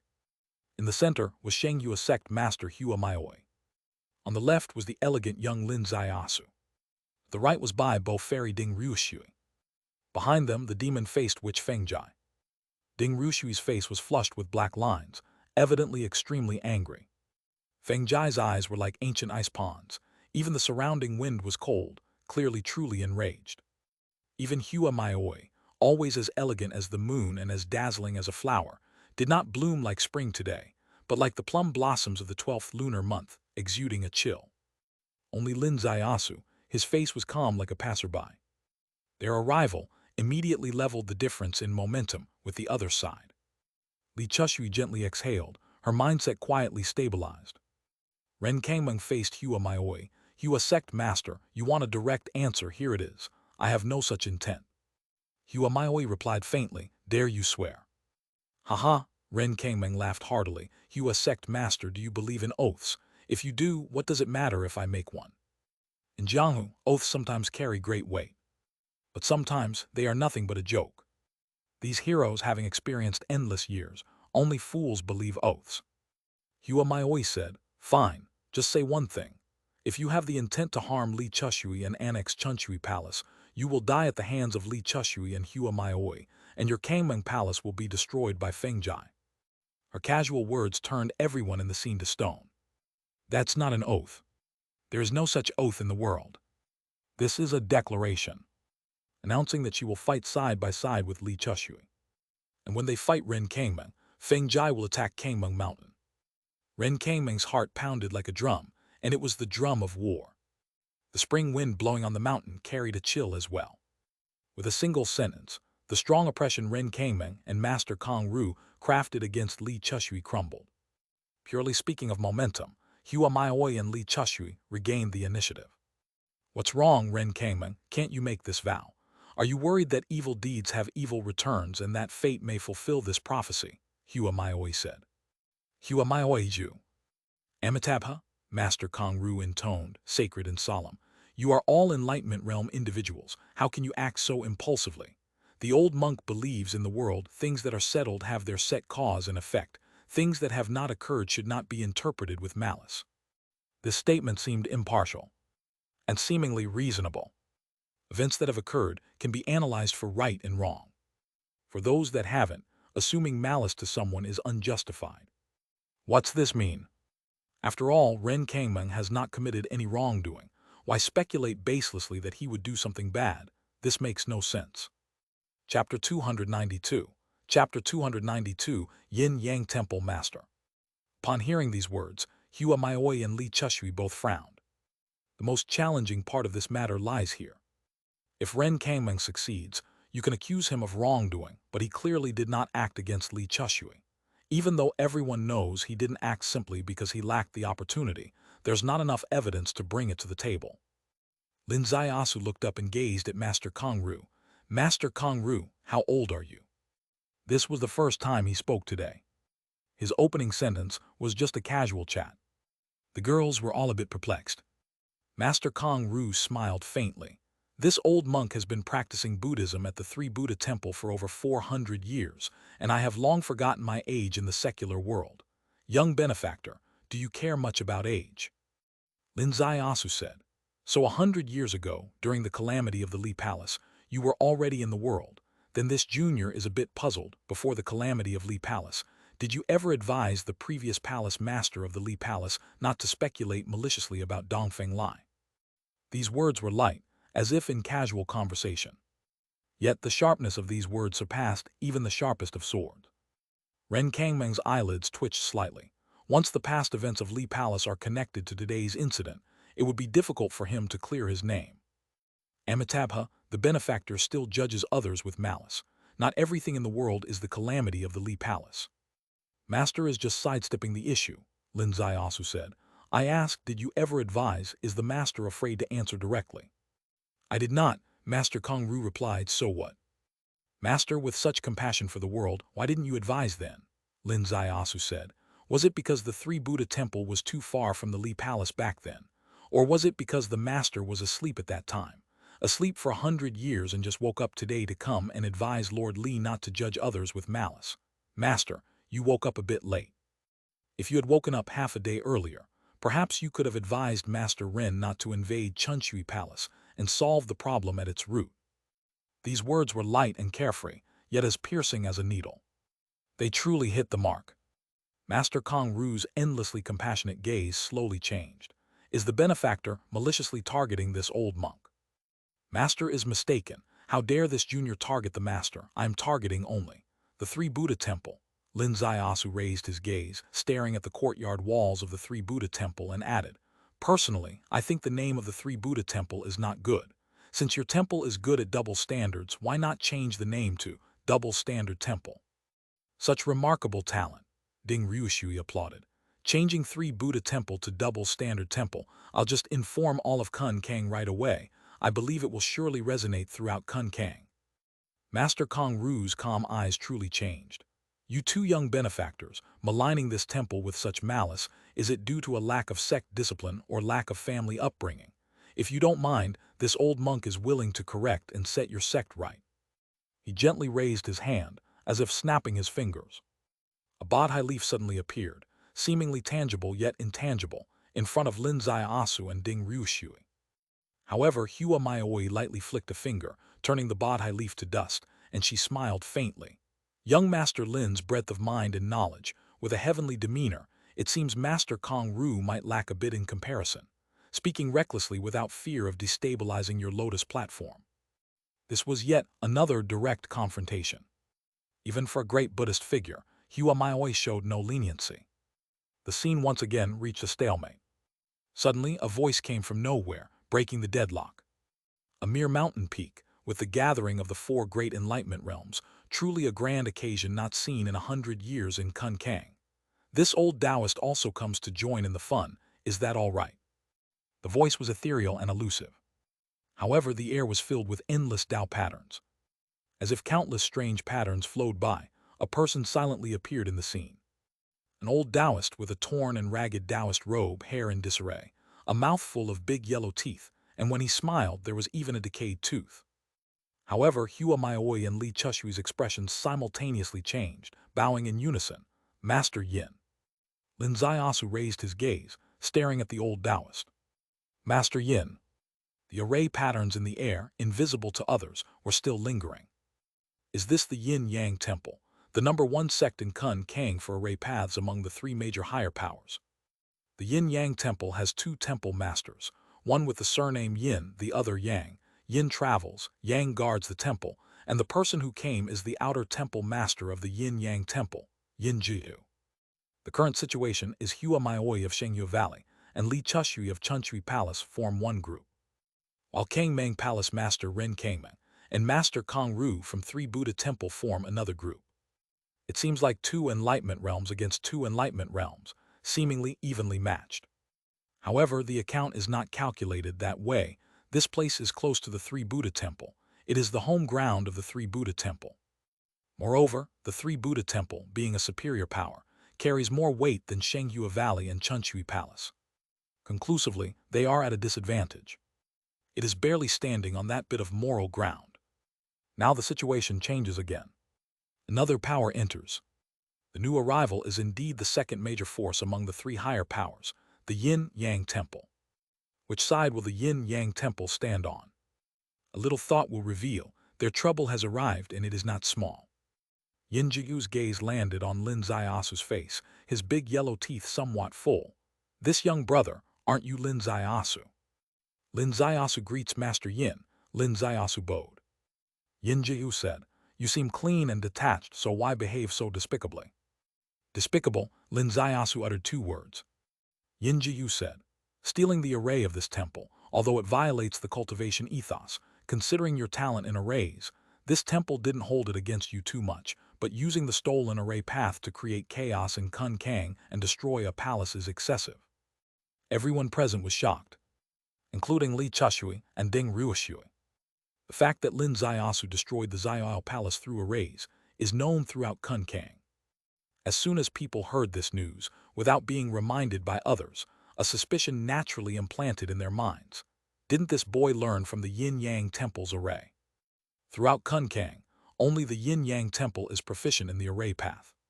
This is entirely instinctive. Even Shengyu Valley, which knows Lin Asu best, doesn't know where Lin Asu's array techniques originated, and many suspect it is related to the Yin-Yang Temple. And today, the renowned Yin Temple master of the Yin-Yang Temple appeared in person, directly telling everyone that Lin Asu stole the array from the Yin-Yang Temple. This answers all the doubts. Lin Asu stared at Yin Jiu. Master Yin said my array path was learned from your temple. Yin Jiu sighed softly and said, the array path is bestowed by the heavenly Tao to comprehend and transform into the Tao meant for good. How can one conduct evil with it? You've committed such a grave mistake. You should follow me back to the Yin-Yang Temple and confess before the Tao ancestor. He reached out his hand, Tao patterns spread everywhere. The withered arm suddenly reached Lin Asu. Splat! A droplet of water flew out. from Li Chushui's fingertip. Thump, a flower flew up from Hua Maoi's brow. Water transformed into a curtain. The flower bloomed like waves in the heart. Yin Jiu's arm suddenly retracted. His expression also suddenly changed.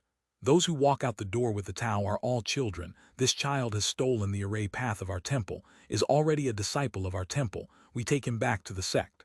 Are the two of you going to obstruct? Chapter 293. Chapter 293. 3 words to send off Yin Jiu. Hua Maoi coldly said, I have one principle. If young Master Lin doesn't want to do something, no one shall force him. Remember, no one. Indeed, I share the same wish. Li Chushui also spoke. Amitabha, Master Kongru put his hands together. Are the two sect masters, confident in their enlightenment cultivation, intending to overturn all the rules of the cultivation path? Overturn the rules, but only if you have the capability, Ren Kangmeng said. Hua Maoi, Li Chushui, can you really protect this thief who stole our techniques today? In an instant, tension filled the mountaintop, threatening to erupt into conflict. Ding Ryushui's palms were sweating. Feng Jiai's back was soaked. They knew full well that Lin Ziaosu absolutely must not be caught by the Yin-Yang temple. The temple resented him deeply, because his array path had already challenged their sole dominance in the field. It indirectly affected Yin-Yang temple's position. If Lin Ziaosu were to fall into their hands, even the power of the entire world wouldn't be enough to rescue him. However, the situation before them was extremely disadvantageous. 3 enlightenment realms on the opposing side, while they only had 2. Whenever enlightenment realms engaged, those beneath them were mere cannon fodder. They were utterly unable to help. As long as Ren Kangmeng and Master Kongru kept Hua Maoi and Li Chushui occupied. If Yin Jiu captured Lin Ziaosu would definitely be doomed with no chance of escape. This was an extremely dire situation. Moreover, Feng Jai had an even greater hidden concern inside her. Could it be that the real reason Ren Kangmeng was stationed here today was this? He wasn't just here to back those 6 traitors. He had a greater scheme, which was to capture Lin Ziaosu. No matter how dirty their plans were, the reasons they presented on the surface were respectable. This is the face of those in high positions. Even if the deeds are dirty, they wear a cloak of dignity. As the entire scene fell into a suffocating atmosphere, Lin Ziaosu suddenly laughed. His laughter, like a spring breeze, tore through the oppressive gloom. Lin Ziaosu said, Master Yin accuses me of stealing your temple's array path. Are you referring to this Kainkun breaking formation? As soon as he spoke, his hand was raised. In his palm was a bronze array pen. The bronze array pen lightly swept across, carrying an unfathomable mystery. Yet Yin Jiu's eyes suddenly widened. His heart was a raging storm. Others couldn't discern the wonder of this maneuver. He could. This maneuver seemed to answer all his doubts about the array path, and was so ingenious, so profound. The Kainkun breaking formation. Others didn't even know this name. But he did, because he was a grandmaster in array formation. He knew this was the ancient array sect's strongest breaking formation technique, known as the one that breaks all heavenly arrays, 9 moves to shatter them. This kid had actually inherited the ancient array sect's legacy. The ancient array sect, which in the ancient great world was unparalleled. Even a fragment of it would be enough to allow a great sect to flourish, let alone the essence contained in the Kainkun breaking formation. In that moment, as a grandmaster of the array path, he was completely dumbfounded, unable to believe it, unable to blink, his mind a blank. Or are you referring to the core principles of the circulation array? Lin Ziaosu asked. Array stands, dividing boundaries, heaven and earth energies with connections in 5 directions, unite and the wind flies 1,000 miles, separate, and clouds race against surges. The circulation array. Yin Jiu was trembling all over. The circulation array was the ancient array sect's treasure. This kid, indeed, inherited the ancient array sect's legacy. This is the most enormous treasure trove. If he were to use it for himself, the Yin-Yang temple would no longer be just the Kun Kang array sect. It would be Zhu Tian formation sect, and it would revive the invincible power of the ancient array sect of old. My heavens, this boy is absolutely indispensable. A desire never felt before filled his heart. Every inch of him stirred with long-lost youthful vigor. Lin Ziaosu's words floated over. Master Yin, You understand the array path, but you must also understand human nature. I'm someone with no taboos or rules in my eyes, doing things according to my likes. When I'm in a good mood, anything is negotiable, but if I'm in a bad mood, everything falls apart, understand? Yin-Jiu's eyes were blank. Should I understand or should I not? Yin-Yang Temple, I actually have some interest too, but whether or not I enter, I'm still weighing the decision. Lin Zaiasu said, perhaps next time I go to Kun Kang, I might truly visit the Yin-Yang Temple. Yin-Jiu's heart suddenly jumped. He might actually be willing to go to the Yin-Yang Temple voluntarily. If he were truly willing, then why should I be the villain? Being a villain certainly presents an opportunity to seize his array, but being the villain also carries risks. Risks from Hua Maioi, from Li Chushui, these two giants, and even more from Lin Zaiasu's character. Who knows if this kid would cooperate? Who knows if he'd plant backdoors in the array? If he truly wishes to cooperate voluntarily, all uncertainties would become actual benefits. Lin Zaiasu's eyes swept over his face. Of course, any cooperation I have always has a prerequisite, and that is I must know the other party is friendly. Blindly entering a major force with obvious hostility towards me is madness for anyone, isn't it, Master Yin? Yin-Jiu completely understood, exhaling at last. In fact, I, as a humble Taoist, actually feel a fondness towards you, young master. Now that's pleasant, Lin Zaiasu smiled, respectfully escorting the master back to the temple. He gave a slight bow. Yin-Jiu's disheveled hair fluttered wildly. Finally he bowed too. This humble Taoist takes his leave. A step into thin air, disappearing without trace. Lin Zaiasu straightened up. Everyone before him was like petrified stone. Yin-Jiu was their designated critical piece. His significance was not only in being a newly added enlightenment realm, but also in his other identity. Among Kun Kang's top three forces, Yin-Yang Temple had a seat. When he stood together with another top force, the whole of Kun Kang would tremble thrice. This situation, seemingly unsolvable under the current predicament, yet with Lin Zaiasu's light stroke, 4 casual verses, a bow, sent Yin-Jiu away on the spot. Sent away. Yin-Jiu departed. The standoff resumed. Ren Kangmeng was evidently urgent. He conveyed a message to Yin-Jiu, yet Yin-Jiu didn't hear, disappearing in an instant without a trace. From the Three Buddha Temple, there was movement. A benevolent voice sounded. Amitabha, in the land of Kun Kang, enlightenment realms are like peaks. When the great peaks collide, it wreaks havoc upon all living beings. For Kun Kang's living creatures, for the safety of all palaces, allow this old monk to mediate, yes. The voice arose, the Buddhist light soared. The Buddhist light upon the temple, like lotus blooms, merged in a moment into a 9-colored golden lotus. An old monk sat cross-legged atop the golden lotus, like the progenitor of all Buddhas. Hua Maioi and Li Chushui simultaneously turned pale. Abbot Kong Wen. Paying respects to the abbot, Master Kong Ru placed his palm upon his chest, paying respects. Ren Kangmeng also shelved his arrogance, bowing as he greeted. The old monk atop the golden lotus was evidently the abbot of the Three Buddha Temple. Chapter 294. Chapter 294. Du Chun Water Palace, Du Shenghua Valley. The Three Buddha Temple, recognized by the world as one of the 3 top powers of Kun Kang. What kind of figure is its abbot? It's not an exaggeration to say he is the true leader of Kun Kang. And now he has personally appeared. With his appearance, even Hua Maioi, who sees all taboos in the world as nothing, has to bow.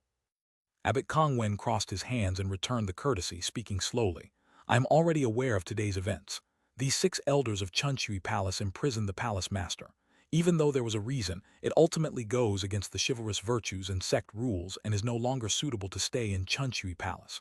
From now on, they shall come under our temple, cleanse their spirit platform and devote themselves to Buddhism. Do you agree? The 6 were overjoyed and saluted in unison. Thank you, Abbot Master, for the refuge. The disciples are willing. Ding Ryushui's face was livid. These troubles were originally seeking refuge with the Three Buddha Temple. With this statement, Abbot Kong Wen directly agreed to their refuge. Is this called mediation? Others mediate, and both parties make concessions. Your mediation is your final decision, a one-sided dominance. Li Chushui's expression was extremely grim. Abbot Master, aren't you afraid that the world will say your Three Buddha Temple can't distinguish right from wrong and harbors filth? by providing refuge to these palace traders. Amitabha, Buddha speaks of putting down the butcher's knife and instantaneously becoming a Buddha. Even those deceitful and wicked still have a ray of hope in Buddhism, not to mention that these six only had a conflict of roots with the palace master, not deceitful and wicked. As the palace master, a master of a palace, and at the peak of enlightenment realm, I hope you can have more tolerance and understanding. Tolerance? Coming from his mouth, the weight is unparalleled.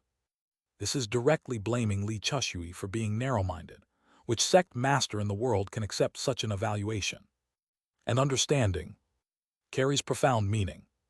What does it mean by understanding? It's to assess the situation and make a judgment. He is reminding Li Chushui that opposing us, you cannot bear. Li Chushui felt the words stuck in her throat, but against Abbot Kong Wen, who has been well reputed and exerting his influence over Kun Kang for hundreds of years, she swallowed it forcefully. Abbot Kong Wen slowly shifted his gaze to Lin Zaiasu. This Master Lin, originally from a strange realm once entering Kun Kang, caused great upheaval, leading to the death of thousands of Kun Kang experts because of you. Indeed, the sins are not minor. Within 3 days, leave the gate of Kun Kang and hereafter do not enter this realm again. Amitabha. Everyone was shocked simultaneously. Is this how they characterize Lin Zaiasu? Sins are not minor. Expelled from Kun Kang. From now on, forbidden to enter. For someone of Master Kong Wen's stature, such actions are truly rare. It can be said that only those deceitful, wicked, or even monstrous would receive these implications. In his heart is Lin Zaiasu deceitful and wicked, a monster.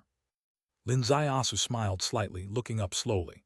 Abbot Master, are you the overlord of the Kun Kang 83 Peaks? Amitabha, benefactor, such words are truly ignorant. I reside in the empty gate, all is empty, how dare I claim dominance? Since you are not the overlord, what qualification do you have to issue Kun Kang's ban on me here? Lin Zaiasu said coldly. This statement made everyone astounded. The tone was so discourteous. Truly Lin Zaiasu's most discourteous words since entering Kun Kang. And yet, such words were directed at the person who should be met with utmost courtesy. Impudent? Ren Kangmeng shouted deeply. Though Abbot Master himself is humble, for centuries, he is recognized as the de facto leader of Kun Kang. Who says he is without the qualification to issue Kun Kang's ban? Recognized leader of Kun Kang. Fine, Lin Zaiasu nodded. Since he is the leader, the crimes committed by Kun Kang's disciples abroad should be his joint responsibility. This is, when subordinates commit crimes, the master is responsible, a timeless principle. Over these years, Kun Kang's disciples have committed over 1,000 acts of evil abroad, causing more than 8,000 deaths, crimes beyond measure. Kong Wen, you should leave Kun Kang with me to the court, and accept trial under all the laws of the universe. The crowd looked at each other. Even if Kong Wen is utterly empty, has he been dumbfounded by this? Ren Kangmeng was stunned. One question, what is the right answer?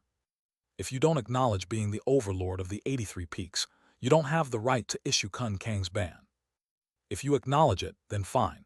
You share joint responsibility for everyone in Kun Kang's misdeeds. This is a deadly loop of traps. Amitabha, Kong Wen recited. Benefactor, with such unreasonable disturbance, it's evident you've mistaken my good intentions as something vile. The master actually has good intentions, Lin Zaiasu said. Benefactor, entering Kun Kang, causing such turmoil, do you genuinely think within Kun Kang you can have a good end? I offered advice out of goodwill to keep you away from these troubles. Can't you see the well-intentioned heart in this painstaking effort? I see the master truly is well-intentioned. Junior thanks you. Lin Zaiasu bent his 2 thumbs slightly at his chest, indicating gratitude. However, the master need not worry. Kun Kang is merely an outer land, not outside the law.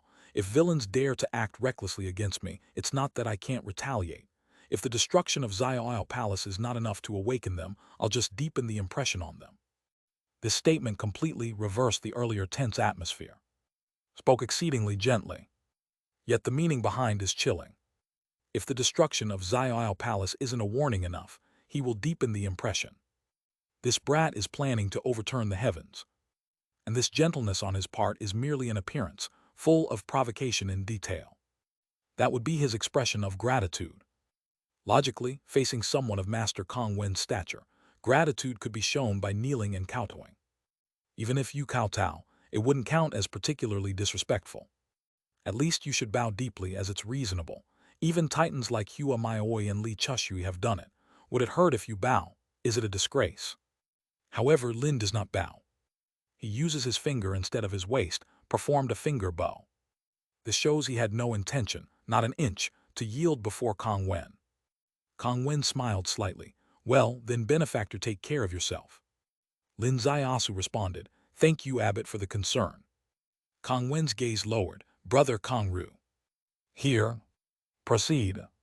Yes, Kong Ru waved his hand lightly. A flash of golden light, and the hair of the 6 elders was all shaved at the same time. Publicly shaved. Please give them Dharma names, Abbot, Kong Ru bowed. Kong Wen crossed his hands, his aura dignified. Since they are entering now, they are of the Du generation, their names shall be Du Chun, Du Shui, Du Gong, Du Sheng, Du Hua, Du Gu. The entire audience shook simultaneously. The Du generation. Respectively as Du Chun, Du Shui, Du Gong, Du Sheng, Du Hua, Du Gu. Connected, it becomes Du Chun Water Palace, Sheng Hua Valley. Hua Maioi smiled faintly. Abbot Master, are you trying to redeem my Sheng Hua Valley? Li Chushui also smiled. Fortunately, the Abbot Master chose the Du generation. If it were the same generation as him, then it's truly terrifying. Kong Chunshui Palace. My Chunshui Palace might not even have dogs and chickens spared, all 10 chambers empty. Chapter 295. Chapter 295. Rename you to Yifo Temple. Master Kong Wen raised his gaze, benevolently saying, Amitabha, 2 sect masters, do not judge others with malicious intent. I was wrong, suddenly 3 words uttered. From Lin Zaiasu's mouth. Kong Wen smiled. Has the benefactor finally realized this? Indeed, I just renamed your temple, calling it Double Standard Temple, but this name was a mistake. You should be called One Buddha Temple. One Buddha Temple, what does it mean? Asked Kong Wen. 3 Buddha Temple, Buddha Heaven, Buddha Earth, Buddha Self. Yet within the 3 Buddha Temple, where is heaven and earth? Isn't it all just one self? Simply rename it One Buddha Temple, abandoning heaven and earth. Let me reign supreme, how wonderful. Kong Wen's smile remained. Practicing Buddhism depends on one's heart. All phenomena are self-determined. If the benefactor believes so, then let it be. Golden Lotus trembled, retreating to 3 Buddha Temple. Kong Ru waved his hand, and the 6 people with him rose and returned to 3 Buddha Temple. In the sky, the silhouette passed by, and Ren Kangmeng took 1 step to ascend to the heavens, striding across the vast sky.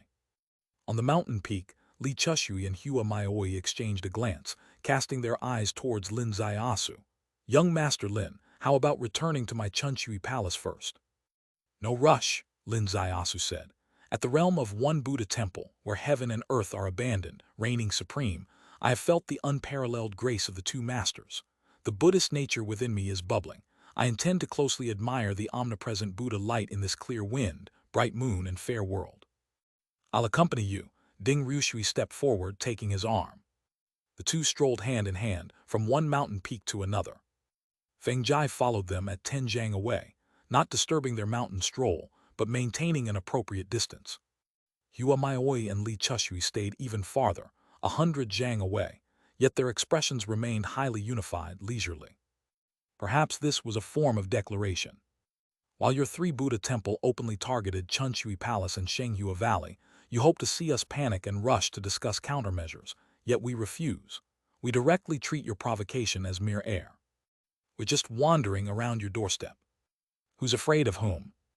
After wandering around 3 mountain tops, the group returned to Chunshui Palace. Li Chushui brought Lin Zaiasu and Ding Ryushui, and Hua Maioi led Feng Jai. The 2 giants of the Enlightenment realm moved, traversing 300 li, and directly landed before Chushui Main Hall. In the air, Lin Zaiasu's gaze fell before Chushui Main Hall. There was one person there, kneeling on the ground. Dressed in black, face buried deep in the ground, showing half a side of the face he clearly saw, it was Saintess Li Bingson. Lin Zaiasu's gaze lifted, seeing Li Chushui's expression, which was extremely unpleasant at this moment. Li Chushui landed before Chushui Main Hall. Li Bingson raised her head, tears rolling down her face. Mother, your daughter has sinned. Your daughter seeks forgiveness from Mother. Li Chushui's face was stern like ice, neither speaking nor turning back. Li Bingson shuffled 3 steps on her knees on the ground.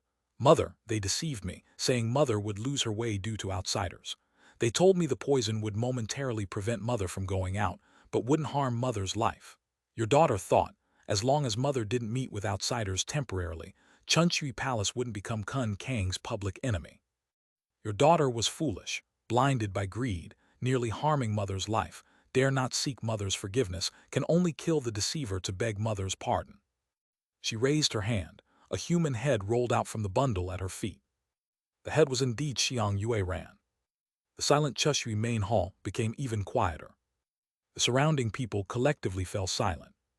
Li Bingxin, who was once the high and mighty Chunshui saintess, choked up with remorse. A head of high status rolled on the ground, leaving a trail of blood trace. Everyone awaited Li Chushui's decision. Li Chushui's expression swirled like clouds in wind. Finally, she lightly sighed. Ryushui, escort the 3 distinguished guests to Land Garden. Yes, Ding Ryushui lightly tugged Lin Zaiasu, bowed before Hua Maioi. Lord Hua, senior sister Feng, please follow this little girl.